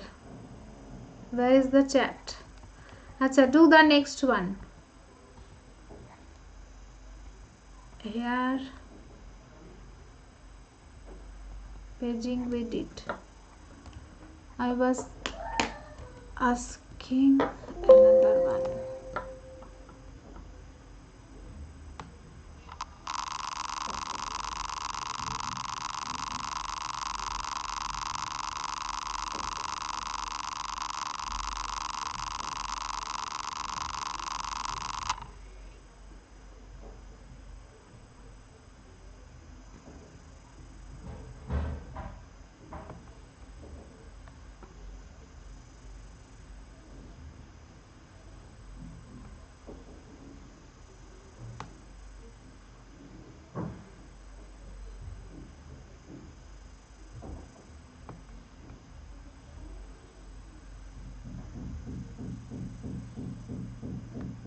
Can you do this one?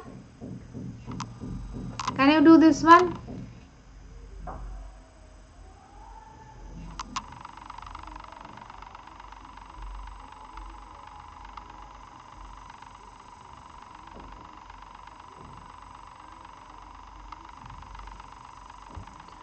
Okay, do this one.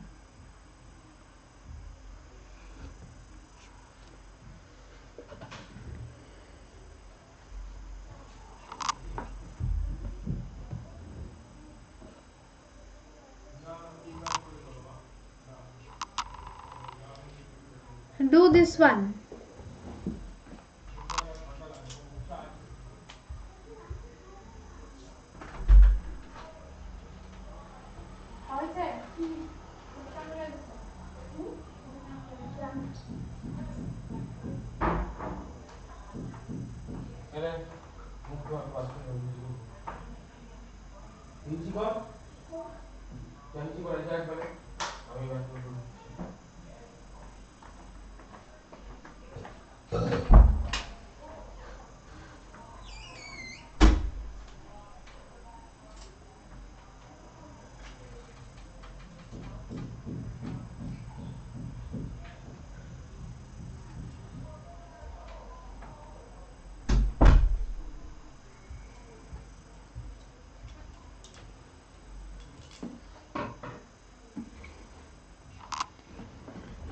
Answer. What will be the answer?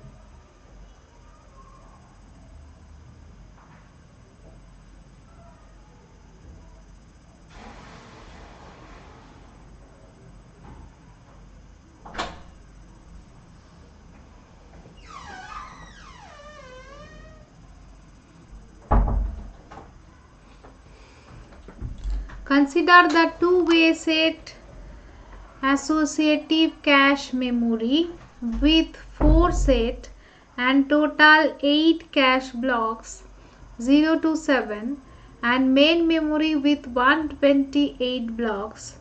What memory block will be present in the cache after following the sequence of main memory block reference if LRU cache shape block replacement using from this?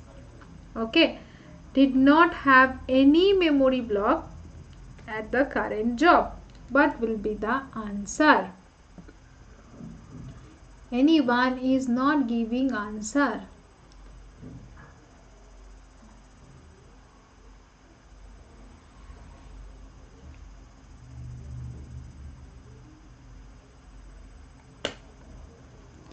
Okay, one answer is coming. So answer will be C. Why the answer is C? Let's see that. Here there are 4 sets. It is given to me there are 4 sets.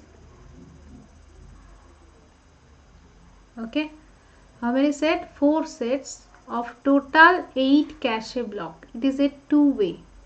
So as 4 sets means there are per two-way means per set there are 2 lines.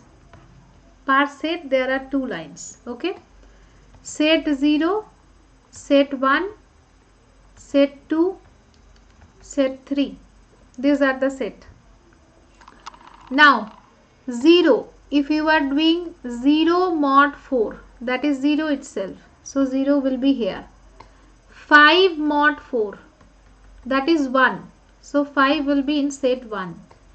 3 mod 4, that is 3, that's why 3 will be here. 9 mod 4, 9 mod 4 means that will be 2, because 4 2s are 8 and 1 is the remainder, that will be in 1 here. 7, that will be in set 3. Now again 0, 0 is the heat now. Now 16, 4 4s are 16, that is in 0. 55, 55, what is the remainder here? The remainder is now present, that is 55. If you are dividing by 4, that will be 4 ones are 4 and again there will be 5, so it will be actually 40. You can get the remainder 1. You can get the remainder 1, right? Because 42, 4 13s are 42, 3 is the remainder. Yes. 4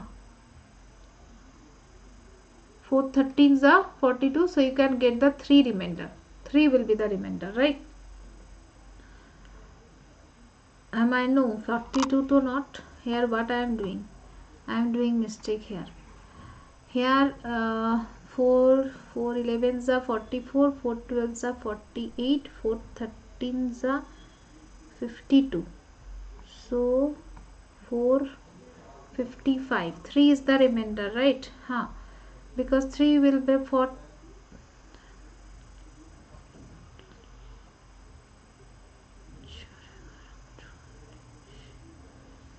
No, 3 is the remainder.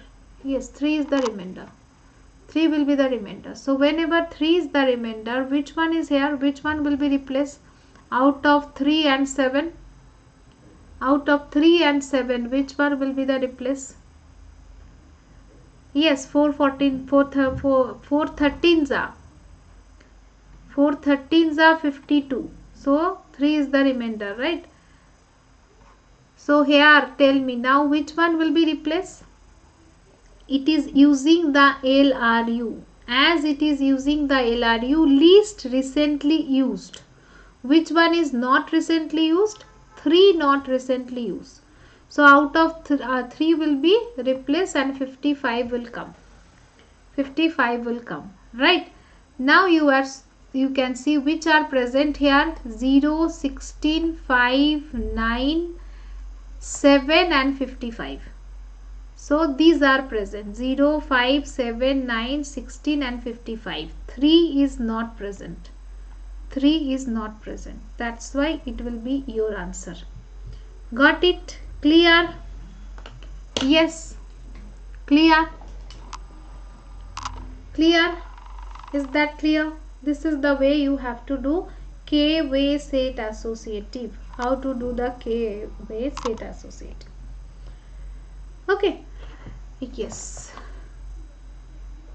This question is highly expected question. Tell me what will be the answer. Although I discussed this question previously also, but this is a highly expected area.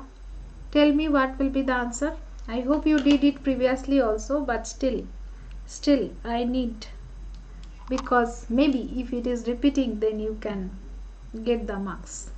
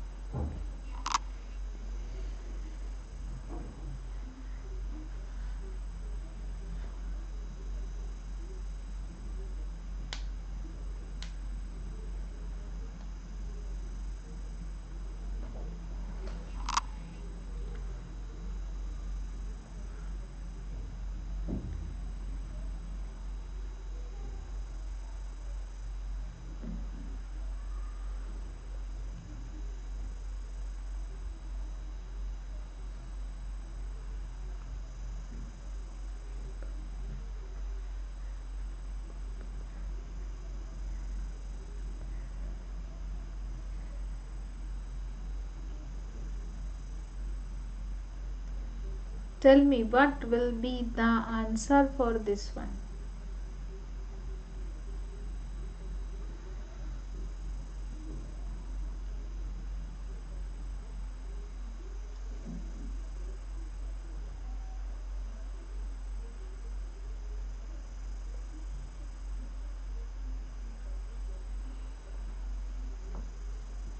Number of conflict misses by the cache.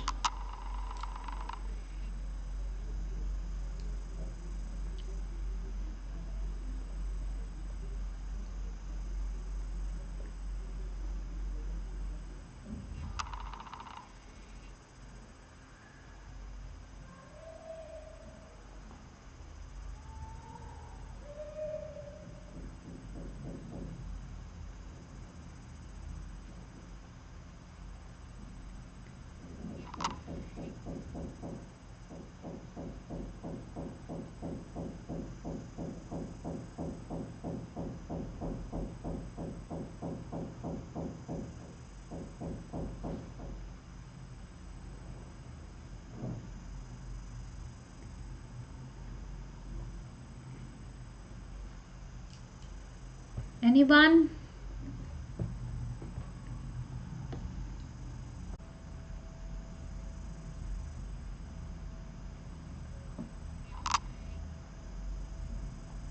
Good answers are coming. 76 will be the correct answer. What I told, it is asking you conflict miss. So there are 10 times you are repeating. How many blocks are there? 256 blocks, two-way set associative. 256 block and two-way set associative. 256 divide by 2. Modulo not, you have to divide by 2. That is 128. So total 128 sets are there. Not time taking. You have to apply the trick. Total 128 sets are there. Out of the total 128 sets, there is 0, 1 till 127. Here is the pattern in the number 0, 128, 256, 128, 129, 257. This pattern is there. Ultimately, if you are doing the mod operation with 128, either you will get 0 or you will get 1. Anything else, anyhow it will not come. Either 0 or 1 will only come from all this number. So how this is going on? Whenever you are taking the first 0, it will be here in the 0. It is a conflict miss. 128, that is also a conflict miss. It is coming, it is a compulsory miss. These are not the conflict miss. These are the compulsory miss. Whatever coming for the first time. Coming for the first time, yes, 6:30 class I will take. I will take the 6:30 class for doing the practice. So here whenever 0, 128 is there already, right? So then 0 and 128 is compulsory miss. 256, whenever it came, then it have to be replaced. Which one will be replaced now? Which one will be replaced now? Which one should I replace? It is using the replacement algorithm LRU, least recently used. So that's why I will replace 0 now. Because at a time 2 lines can be there. 2 lines are already blocked. So 256 will come. This is also a compulsory miss. Now 128, that is a hit here. Now 0, it is a conflict miss. This one is the first conflict miss. 0 came before. After that also again 0 came. 0 came already before, but after that also again 0 coming, but it is not available. That is a conflict miss. Okay. So first one, this conflict miss. Now which one will be replaced here? Which one I should replace? 256 or 128? Which one will be replaced? 256 or 128? 256 will be replaced because just now I used 128. Don't do mistake here. This is LRU, least recently used. Just now I use 128. I cannot replace it. That's why I have to replace 256. 256 will be replaced with what? 0. Now again 128 is the heat. This same sequence will be going on. Now again 256, that is again conflict miss. I have to replace 0. 256. Again 128 will be the heat. Now 1 came, 129 came. These are compulsory misses. Now 257, have to replace 0. You have to replace the 0 here. Right? 0 not 1. 1. 1 will be replaced with 257. Now again 129 is the hit. 0 is the miss again. 1 is the miss. So now 1. Now 129 is the hit. Now again 257. That is again a miss. Now again 129 is the hit. So for the first time there was 4 compulsory miss. How many compulsory miss? That is 4 compulsory miss. 4 compulsory miss. In the second time when you will do, now this is your situation. In this situation, what is present now? Now only 256 present and 128 present. Here also 129 present, 257 present. Now you are doing it again, calling this again. Whenever you are calling this again, what will be happen now? Next time you are calling it, right? When next time you are calling it, now what will be happen? From here comprehension type question can be framed.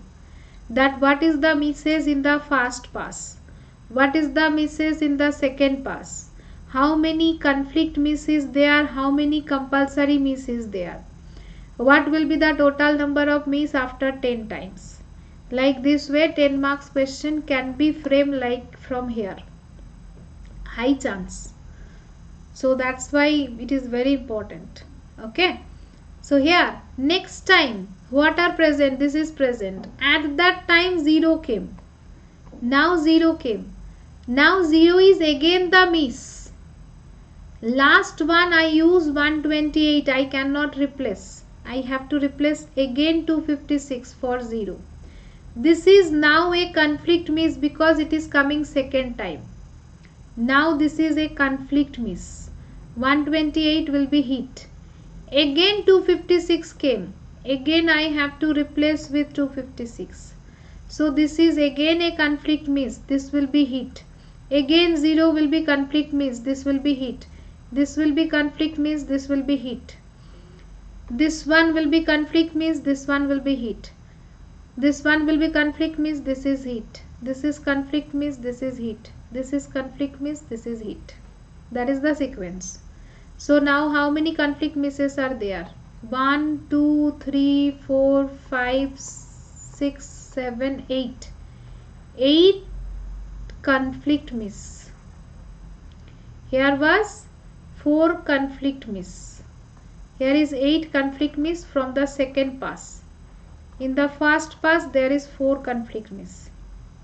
So that's why it is 4 plus remaining 9 times will be same. Remaining 9 times will be same. 9 multiplied into 8. That is 4 plus 72, 76. So answer will be 76.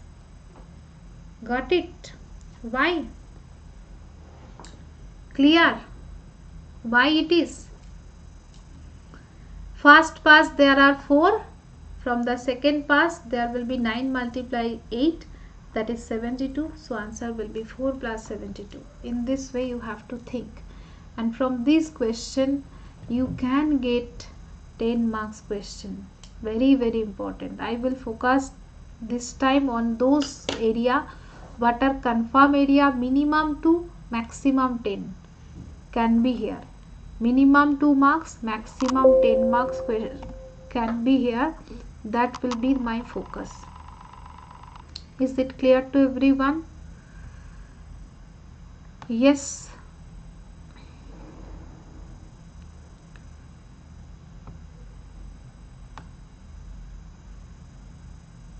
Okay. Now the next thing is that addressing mode. Cache mapping we did. Here I took. Here the next thing is coming to the addressing mode. And before that there was the instruction set also. In the instruction set there is the two part. Whenever you are writing a instruction, why the instruction is required? You have to execute. Till now what we did? Till now so only the fetching was going on. We started with computer architecture where till now the instruction fetching is going on. How it was coming from secondary memory to main memory, now main memory to page cache, that is done. Now CPU got it. Now CPU get the instruction.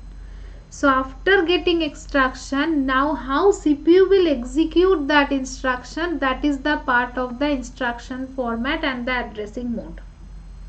Okay, we are doing the mind mapping. One by one topic is related. So now think that whatever CPU was searching, CPU get it. Now what CPU will do? Till now those who are watching, you are able to relate the concept. I started with the computer architecture framework. Then we came to memory. From memory it came to cache. From cache it came to CPU. Now your CPU, the instruction is present. Now the CPU instruction is present. So now we have to execute it. Now we have to execute it. How to execute? So for that, what is the execution cycle? Here is the execution cycle, right? Fetch the instruction, decode the instruction, read the address from the memory, then execute the instruction. So fetching to done. Now you have to decode. Fetching is done. Now you have to decode the instruction. So when you are doing decode, how to decode? At the time of decode, machine have to know how to decode. For every instruction there are two parts, opcode and the address part. That is operation code and the address part.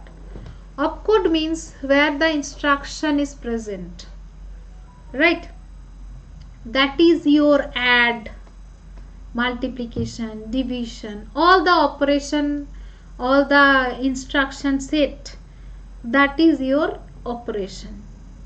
And in the address field is telling you the data, where actually the data is there. I have to do the operation now where the data is present. That is my address field. Okay. So here instruction can be different part. 0 address instruction, 1 address instruction, 2 address instruction, 3 address instruction. What is the meaning? At a time, how many addresses you are able to use? What is allowed to you at a time, at the time of execution, that is called the different types of instruction. 0 address instruction means you cannot use any other addresses. Only you can use the stack. Only you can use the stack. That is called the 0 address instruction. So that's why here you can see the expression you are evaluating through the stack. Here only through the push pop operation the 0 address instruction will work. This is the way it will work. Next one is the 1 address instruction, means 1 address at a time you can use for operand. At a time only 1 address. That's why here you can see accumulator we are using, and at a time you can use 1 memory. Here 1 memory you are using, here also 1 memory, 1 memory, 1 memory, 1 memory. Don't be confused, ma'am. Memory A, B, C, D, T. So many memory you are using and you are telling it's 1. At a time, how many memory?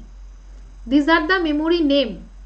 You store A in different location, you store B in different location. That are the different location. But at a time, you are not able to use more than one memory. At a time, in each and every step, you are using one memory. That is called one address instruction. At a time, one memory. Okay? At a time, we are using one memory. Accumulator will be not counted because accumulator is the special purpose register what is required everywhere. So accumulator you will not count. Next one, 2 address, that is one source, one destination. At a time, 2 address you can use as a one source and one is destination. That is, you can see here, okay, I am using memory here, one register, one memory, one register, one memory. Here also one register, one memory, 2 register, one register, one memory. At a time I am using 2. I am using at a time 2. That is, it can be register, it can be memory, but at a time it is 2. That's why 2 address. 3 address, 2 source, 1 destination. At a time 3 addresses you are using. That is the here MA, MB, and I am storing in R1. At a time 3 address. CD, R2. At a time 3 address.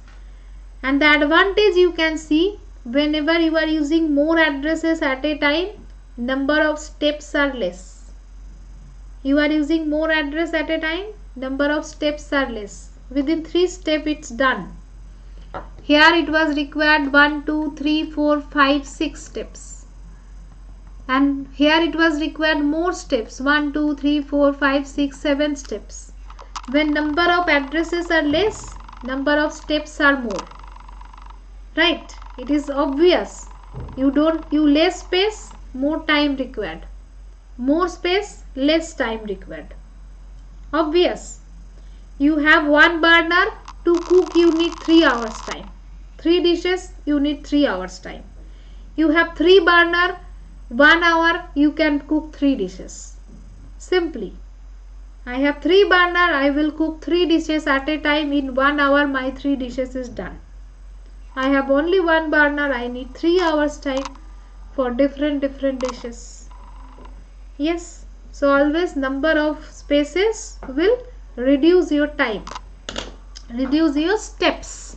Steps are less required here. Clear? That is related to your space complexity and time complexity. Space you are using more, but time is less. Space complexity and time complexity is related here. Got it? From here the concepts are growing. How to grow the concept. That's why here it is coming to the types of addressing mode.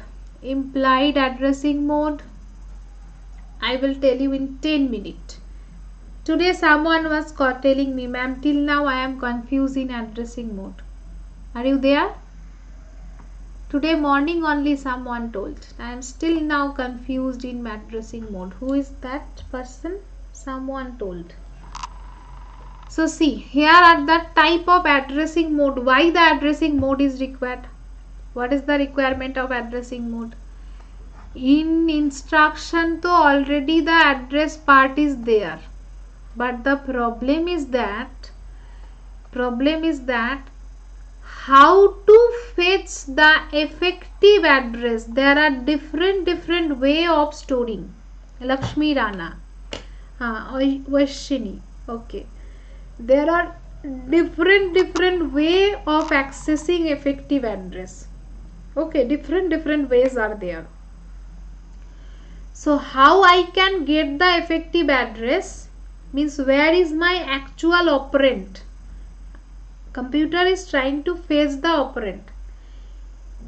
It is not always directly that whatever address is given me, I will go to the address. No, that easy way computer is not working. That's why here different ways are there. you can get in this way, you can get in that way. There is a logical reasoning skill computer is applying. That are the different mode is working. What are the mode? First mode is implicit mode, where no extra address is required. Instruction itself is telling you what to do.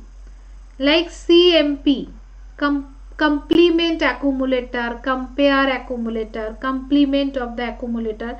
Maybe complement is not CMP, complement of the accumulator, clear accumulator. Like this type of some operations are there, but is telling you exactly what to do and where it to do.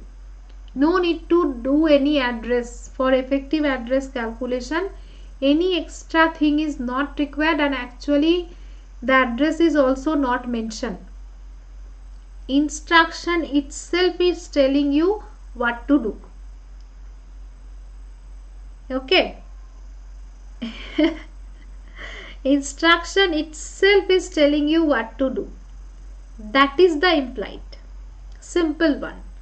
Stack addressing mode, always it will take the operand from the top of the stack.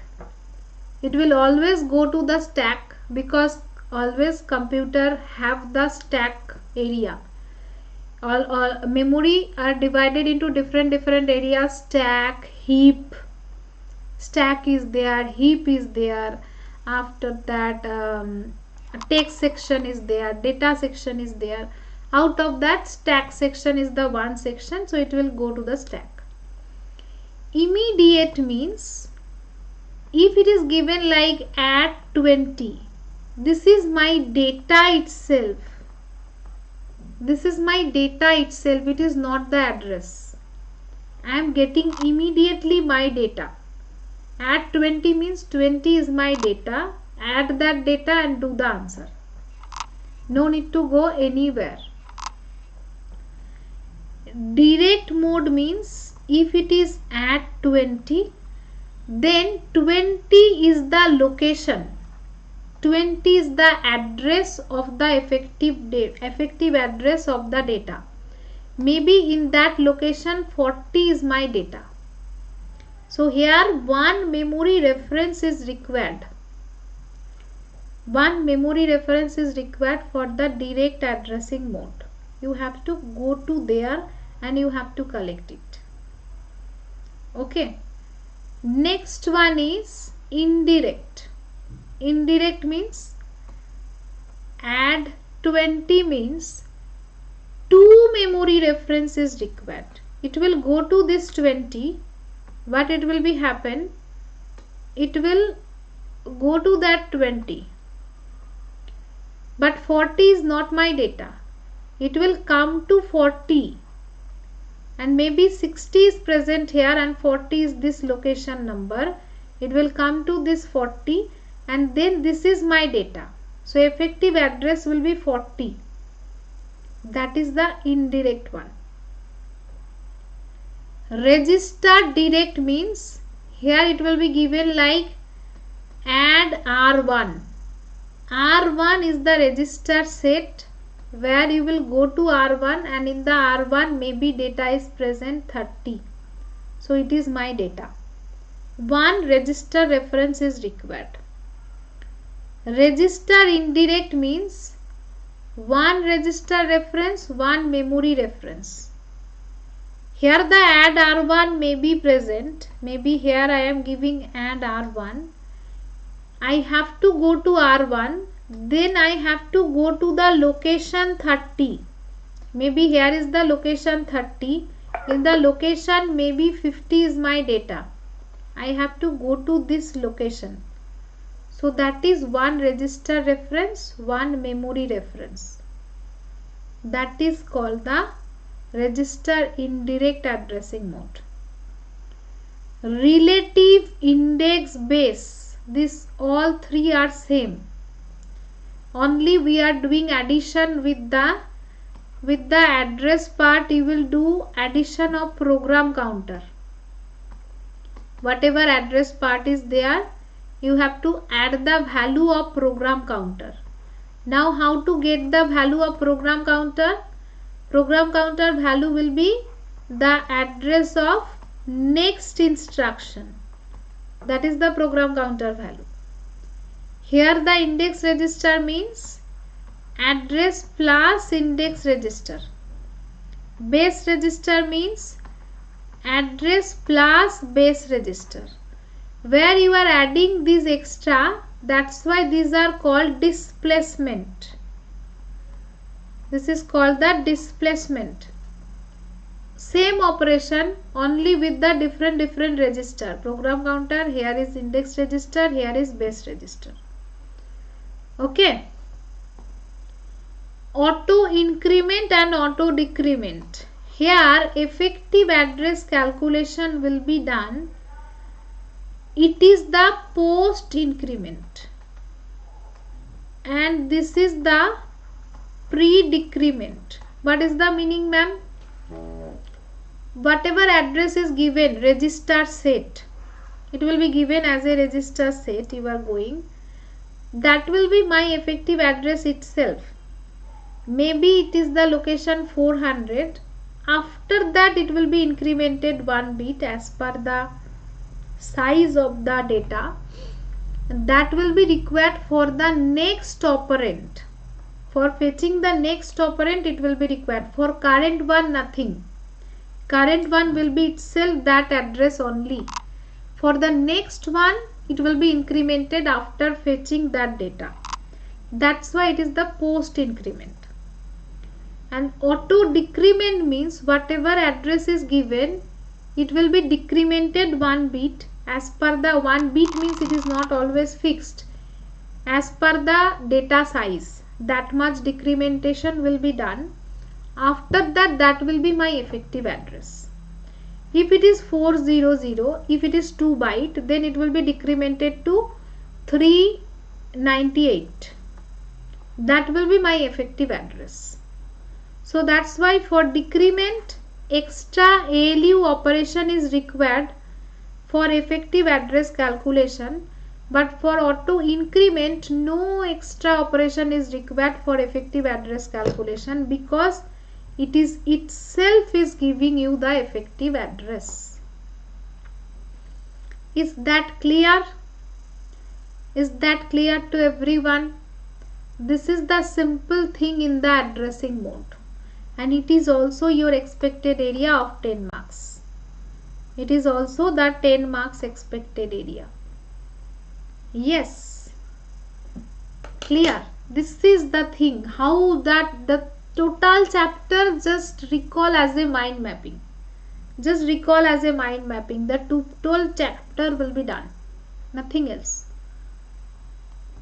Okay, it's clear. Pakka. Pakka clear. Then do the answer. This is your expected 10 marks question. Do this one. This is the last one. I started class with the 100 learners and it is called the patience. I started class with the more than 100 learners was there, and now it's going down, decreasing. Those who are watching till now, this is your last one, and whatever question today I ask, all these question can give you 10 marks. All these question can give you 10 marks. Like that way only I set. And upcoming classes, the tomorrow, Saturday and Sunday also I will take the class. Till the classes will be going on till 5th. Your exam is on 7th. I will continue the class till 5th. 6th is your schooling time. 6th I will not take class. Okay, I will take the class. Pipeline question I added. Pipeline one question we will do. Pipeline question also I add. We will do that. Do this one. Do this one. After that I am going to that question also.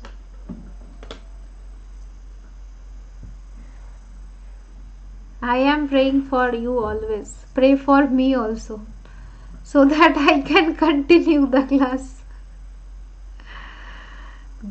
I am always praying for you.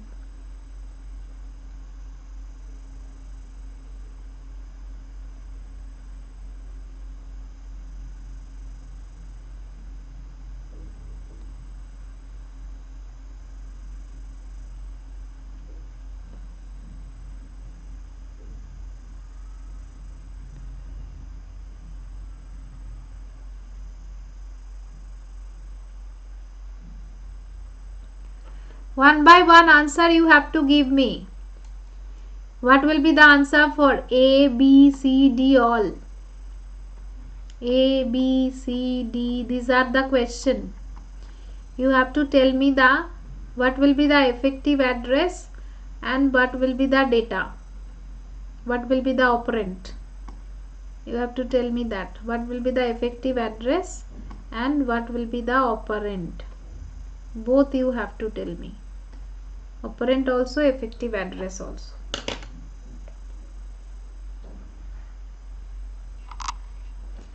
Minesh, I told you that yes, I will take the class. Tell me, do this guys.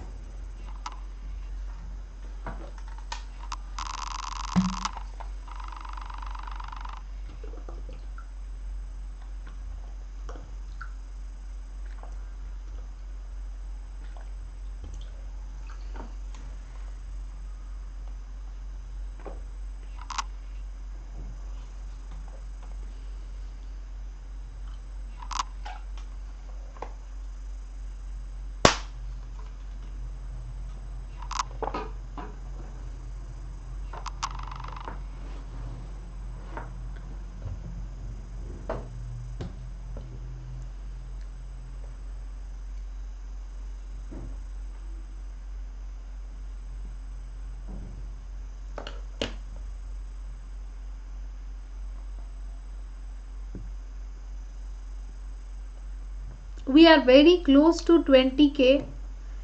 Try to share with your all the friends so that we can get 20k very quickly.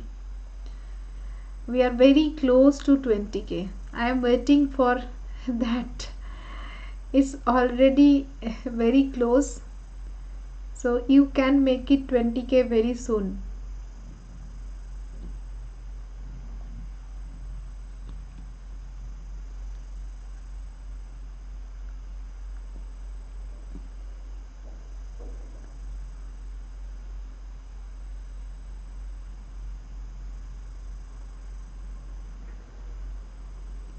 Yes, I took the water. I took the water, Devolina.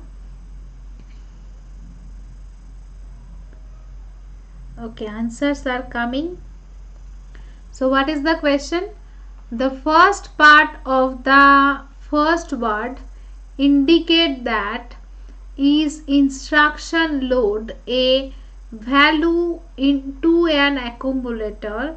The mode field specified an addressing mode. If appropriate index so register is there, just try to fetch the data one by one. What is the data in the question?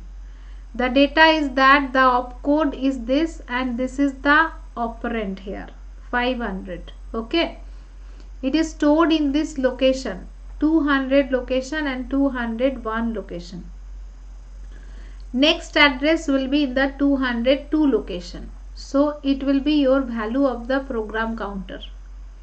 Yes, out of that some values was given to you. That is given to you, that is 399 contains 999, 400 contains 1000 and so on. With this and so on you can calculate the remaining data. 399 is 999, 400 is 1000, 500 will be 1100 because one by one it's increasing. So 400 to 500 difference is 100. So you can add 100 and you can get the data. Here difference is 100. Add 100, get the data. Here difference is 102. You can get the data. As per requirement you can get the data. Now one by one come here. First one was the direct. Direct means one memory reference. So one memory reference means what? It is 500. I have to go to the location 500. That is my effective address and this is my data. So that's why this is my effective address, this is my data for the direct one. For the direct. Next one was immediate. Immediate means this is my data itself. The 500 is my data itself. And from where I get that data? From 201. It is stored in 201. This is stored in 200. This is stored in 201. So my data is 500. Effective address is what? 201. So that's why effective address is 201 and data is 500. That is for the immediate. Next one is indirect. Indirect means here indirect is that one. 2 memory reference is required, right? So 500 was there. I have to go to 500. In the 500 it is mentioned 1100 means I have to go to 1100. 1100 data is 1700. So data will be this one, effective address will be this one. That's why effective address is this, data is this. That is my indirect. That is the indirect. Next one, PC relative. What to do? With the address part you have to add the program counter value. So address part is 500, program counter value is 202.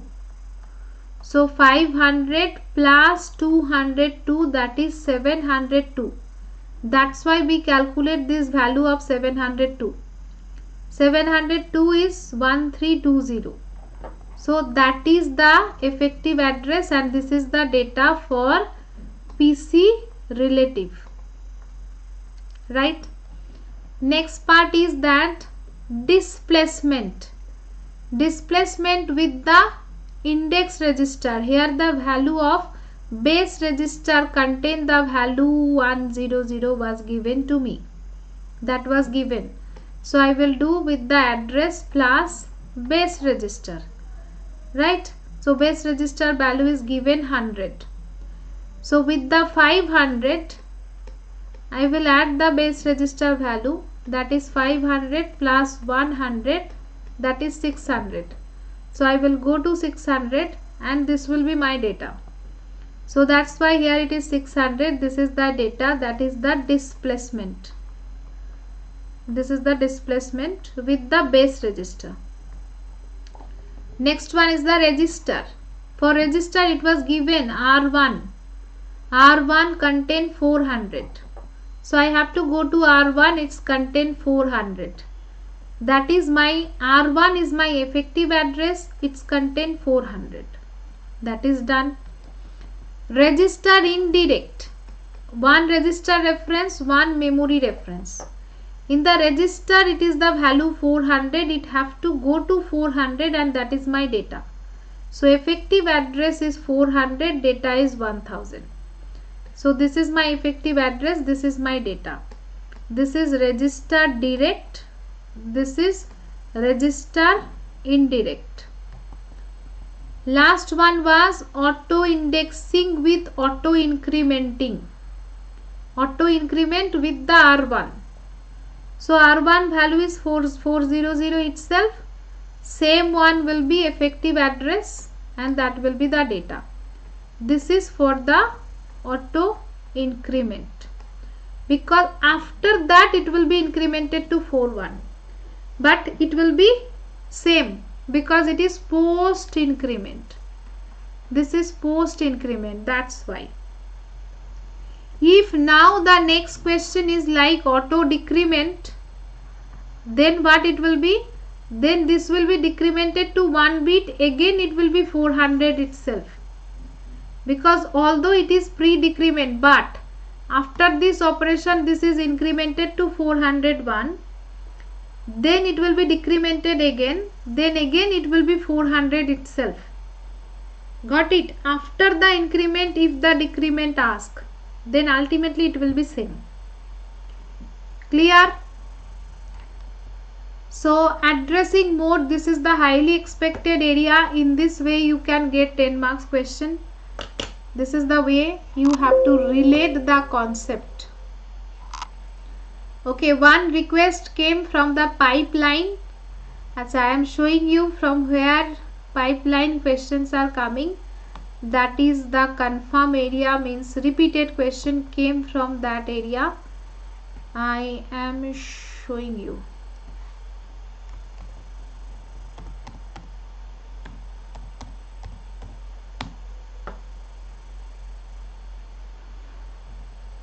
In the pipeline, this concept is very important, that is RISC and CISC, reduced instruction set and complex instruction set. The main idea behind that, make the hardware simpler by using the instruction set, and here it is the complex one. Main difference you can relate here. It focuses on software, it is focusing on hardware. Uses hardware control unit, it uses hardware and micro program control unit. Transistors are more required here, more register, transistor used for more register. Here storing complex instruction. Fixed size instruction, this is variable size instruction. It can perform only register to register arithmetic operation. It can do register to register, register to memory, memory to register, all that possible. Require more number of register here, require less number of register here. The code is large here, code is smaller here. Instruction execute in single cycle, and here instruction take more than one cycle. Instruction fit to one word, here instruction larger than size of one word. These are the main difference. Here you can see the approach. This is the approach. Single command on instruction like add. RISC like multiplication. You can take the example of multiplication, that is first load it, then register will be suitable for this one. Okay, these are the divided into part. That is the difference. Now from the pipeline directly I am coming. These are register transfer. This is the pipeline concept. Actually question is coming from which area? This is also another important, SISD, MISD and MIMD. Single instruction, single data, multiple instruction, single data, single instruction, multiple data, multiple instruction, multiple data. 4 types are there. It is more simple, then this one, then this one, then this one. This is called SISD, MIMD. Okay. After that, here you can see the difference. Very easy difference. Here single instruction, single data, you can see single instruction coordinator, multiple worker doing same thing. And here worker with the same objective doing the completely different thing. Doing completely different thing here. That's why it is called the MIMD, multiple instruction, multiple data. They are working in different data, different instruction. Here this is single instruction, multiple data. Sequence is asking, SISD is the simple one. Then it is coming SIMD, single instruction, multiple data. Then MIMD, multiple instruction, multiple data. Right, that will be the sequence. This is the sequence here. After that, here this is the sequence. You can see what he was asking. That is the descending order sequence, SISD, SIMD, MIMD. So definitely this will be your sequence. Now in the pipeline, main concept is this one. Pipeline concept is easy. If you are taking this one, that is IF, instruction filling sealing. Insertion filling sealing means it is a bottle industry. In the bottle industry, there is insert the bottle, then fill the bottle, then seal the bottle. Okay, these are the three things going on. So insertion is also taking 1 millisecond, filling is also taking 1 millisecond, sealing is also taking 1 millisecond. Total time is 3 millisecond. So if I have to do 3 bottle, then it will be 3 multiply 3, that is 9 millisecond.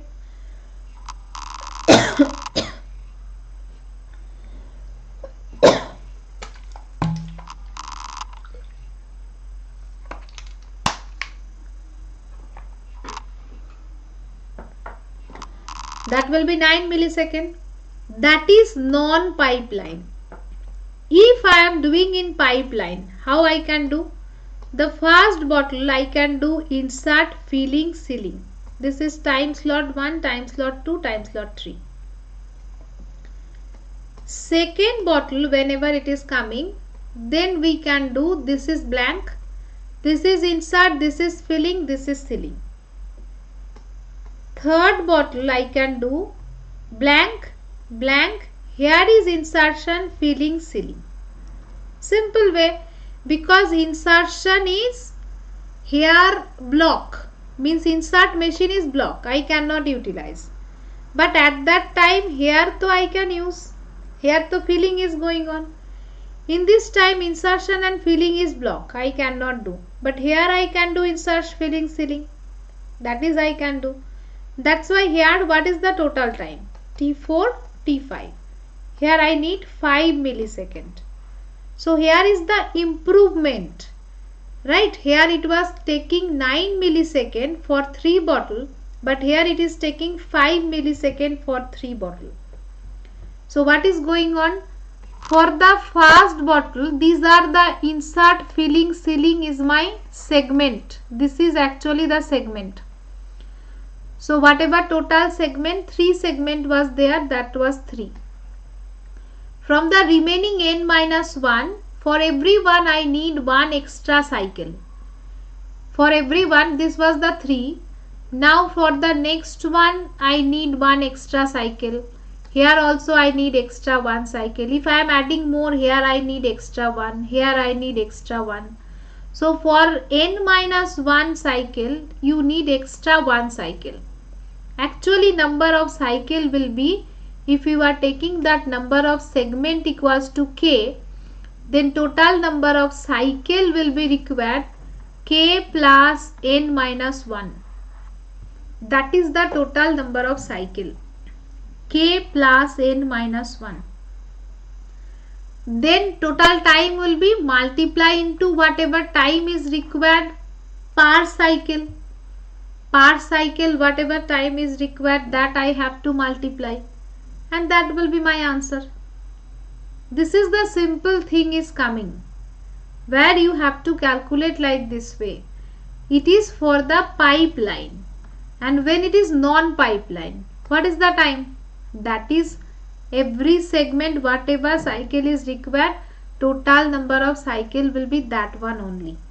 N number of task, n number of cycle will be required, multiply into Tn, and this time is Tp, means pipeline, time required for pipeline, and this is time required for non-pipeline.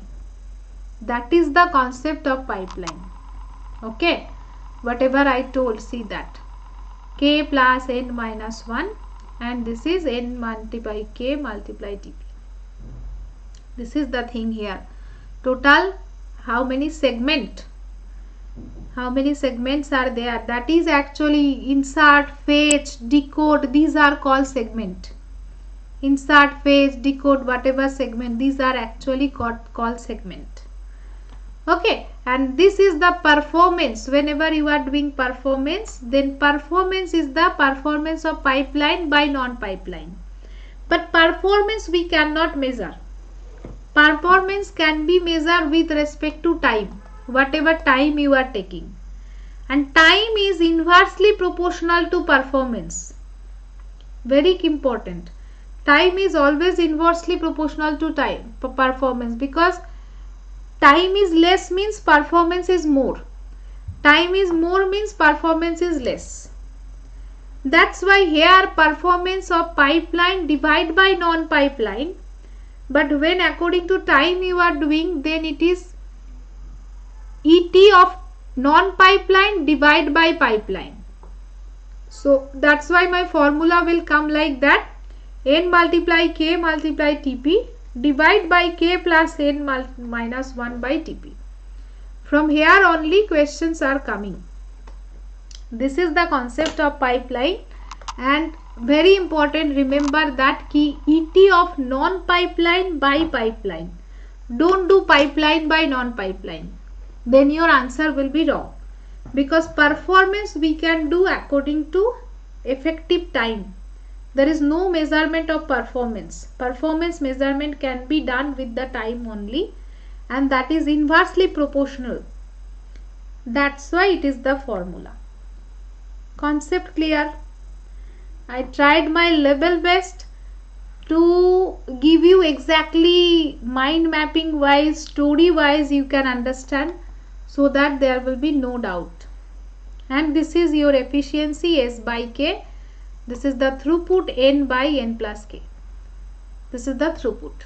So from here, what is the question? I am showing you. Do the question.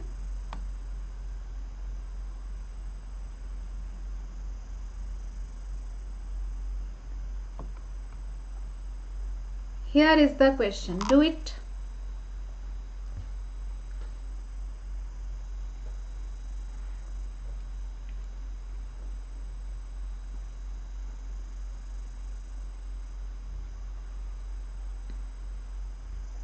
Do this the question.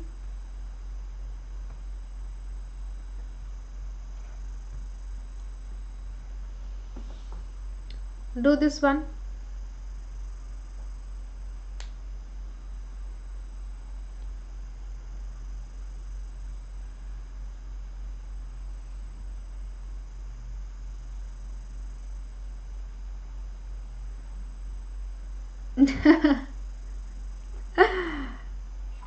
Rohit, let's see.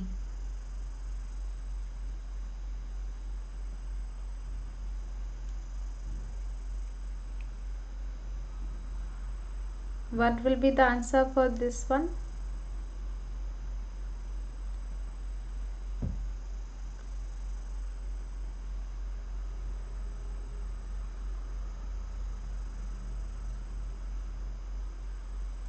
Yes, here is the answer, right? NTN divide by N plus K minus 1 into TP. So here multiply and get the answer. Simple one. From here questions are coming. Clear? Is that clear to everyone? Yes.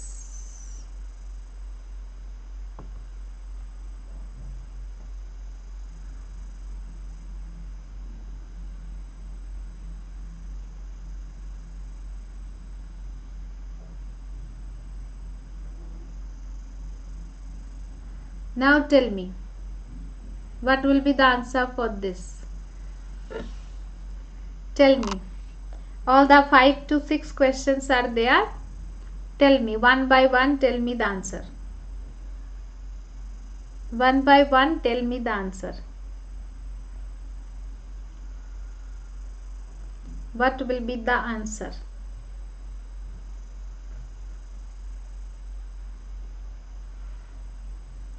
Do this one. Easy peasy. Now do this one. Do this one then from the pipeline.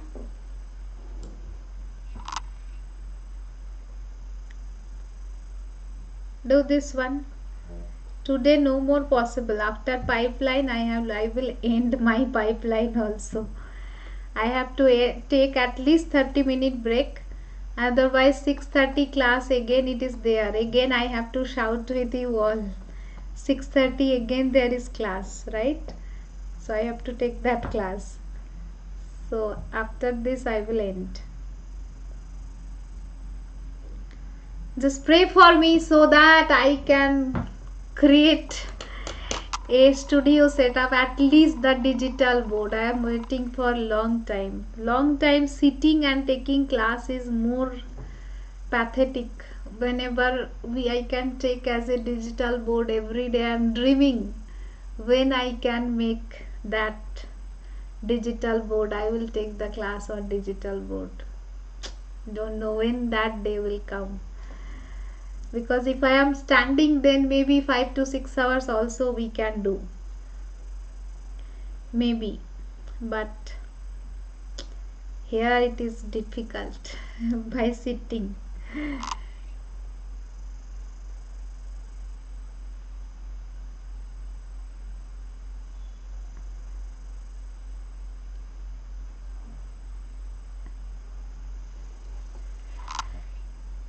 Do this one. Tell me what will be the answer. Pipeline cycle time, non-pipeline execution time, speed up ratio, pipeline time for 1000 tasks, sequential time for 1000 tasks, and throughput. It can be your 10 marks question. It can be also your 10 marks question.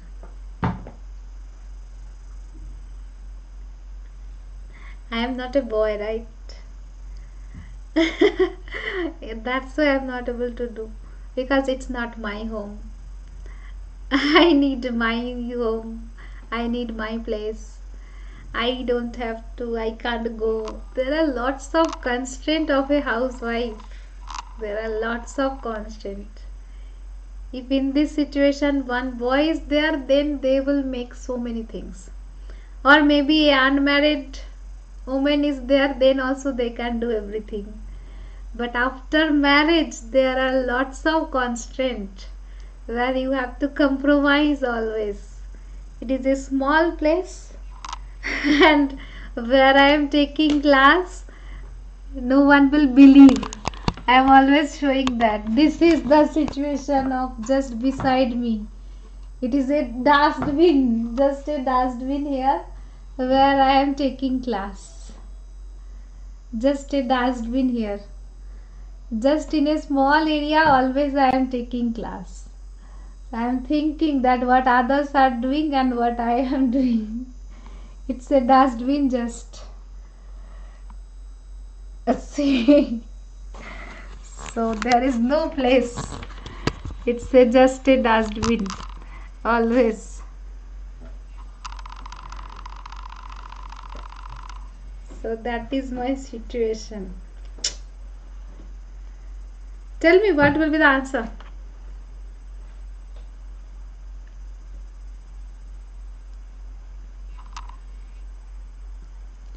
So here how to do it. Whenever there are different duration, you can see there is no same duration.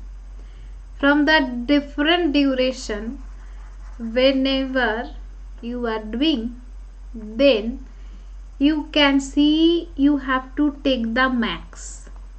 Okay, you have to take the max. So whenever you have to take the max, 60, 50, 90, 80, 90 is the max, right? 90 is the max. So in that way you have to take. Out of that delay stages, these are the delay stages, and latch delay is also given 10 millisecond. So time cycle will be out of maximum 90 nanosecond plus 10 delay, that was for the register, so plus 10, that will be 100 nanosecond. Non-pipeline execution you have to take total, that is 60 plus 50 plus 90 plus 80, that is 280 nanosecond. Okay, now here speed up. What will be speed up? 280 by cycle time, that is 2.8, that is the speed up for non-pipeline and the pipeline execution. So pipeline is 100, non-pipeline is this one, so 2.8 is the speed up here. Okay, this is, I hope it is clear to everyone. Here this is the given stages. After that you have to take the max always. Because why I have to take the max? I cannot do the stages, right? Here why I have to take the max? First one is 60, next one is 50, next one is 90, next one is 80. Maybe this is my insertion, this is my filling, this is my sealing, and this is ultimately packaging going on. For the first one, maybe you are doing it. So first one you did insert, filling, sealing, packaging. Okay. Now finally here if you are doing insertion, if you are doing filling, if you are doing sealing, and here you are doing packaging, then the time is different, right? Here insertion time was 60, here you are getting 50. Insertion required 60 time, but here the time is 50. Can you do it? It is not possible. That's why you have to allocate for each and every one 90. For each and every time slot you have to allocate 90, so that you can do insert, filling, sealing, packaging. Here also insert, filling, sealing, packaging. Otherwise it will create problem. That is the reason. When there are the different thing, then that is the reason why you have to do the max. Okay. So after that here you can come to the 100 tasks, 1000 tasks. When 1000 tasks, what will be the time taken? For the first time total 4 clock cycle, then minus all. So that will be this one. 1 minus 4 clock cycle time, then 999. That is the total this one. For pipeline. And non-pipeline is total, just simple. Because why it is k plus n minus 1 into k. That is we did here. K plus n minus 1 into k. Right. So this is k plus n minus 1 into k. So using that you will get this answer. Non-pipeline simply 1000 multiply into this. That is the answer. Okay. And here throughput is number of execution time, 1000 tasks by this. That is the throughput. This is the way you have to complete. Is that clear to everyone? Pakka? So this is also can be asked as a 10 marks. This is also can be asked as a 10 marks. So today's class all 10 marks question. Actually I cover all the 10 marks question from beginning to end. With the mind mapping from beginning to end, all the 10 marks question actually from main focus was in computer architecture plus operating system. In computer architecture in operating system we have completed all the topic. What is related to your paging, then next related to your cache mapping, then related to your next topic was on addressing mode, then related to your pipeline. All these topics are most important topic, and that is we did, and with that your theory concept also getting clear, and definitely I hope so, definitely you will get the marks. 100% sure you will get the marks from this area. 100% sure. Okay. I hope you will like this class. So like, share, subscribe. Tomorrow we will do again with another mind mapping of other subject. We will do the mind mapping and we will learn. So in that way your mind mapping will be going on. Thank you so much those who are watching till the end, and those who will watch later also recording. Share with your friend more. If you are sharing, if you like, if you are commenting, because YouTube algorithm is checking that user engagement also. There are so many learners, those who are watching videos, they don't have time to like also, they don't have time to comment also. Little bit like, comment, subscribe, share, these are important. When we are the YouTuber, so we are putting our 100% effort for you. So at least you can help us to improve the YouTube algorithm, because we are also depending on YouTube algorithm. Only YouTube algorithm can identify us when you are giving your response. They will check user response, and according to user response only it can grow, it can go to more number of user. If you are liking this class, if you are commenting to the class, then YouTube will understand, okay, this class will be helpful for the other student, then YouTube will promote it to the other student also. That is the way how algorithm will work. So now you learn everything. Now it is a request to everyone, you are the computer science student, you can understand there is no game, nothing, no clickbait, nothing, only algorithm is working here. So please help YouTube algorithm to understand that yes, the class is good. So it will be good for me also, it will be good for other student also. So many students are there, those who are coming to Unified Study class later. They are now regretting that why I came later. So it's better if you are sharing more, then other can get you. Okay. Bye everyone. See you again tomorrow 3 p.m. Bye.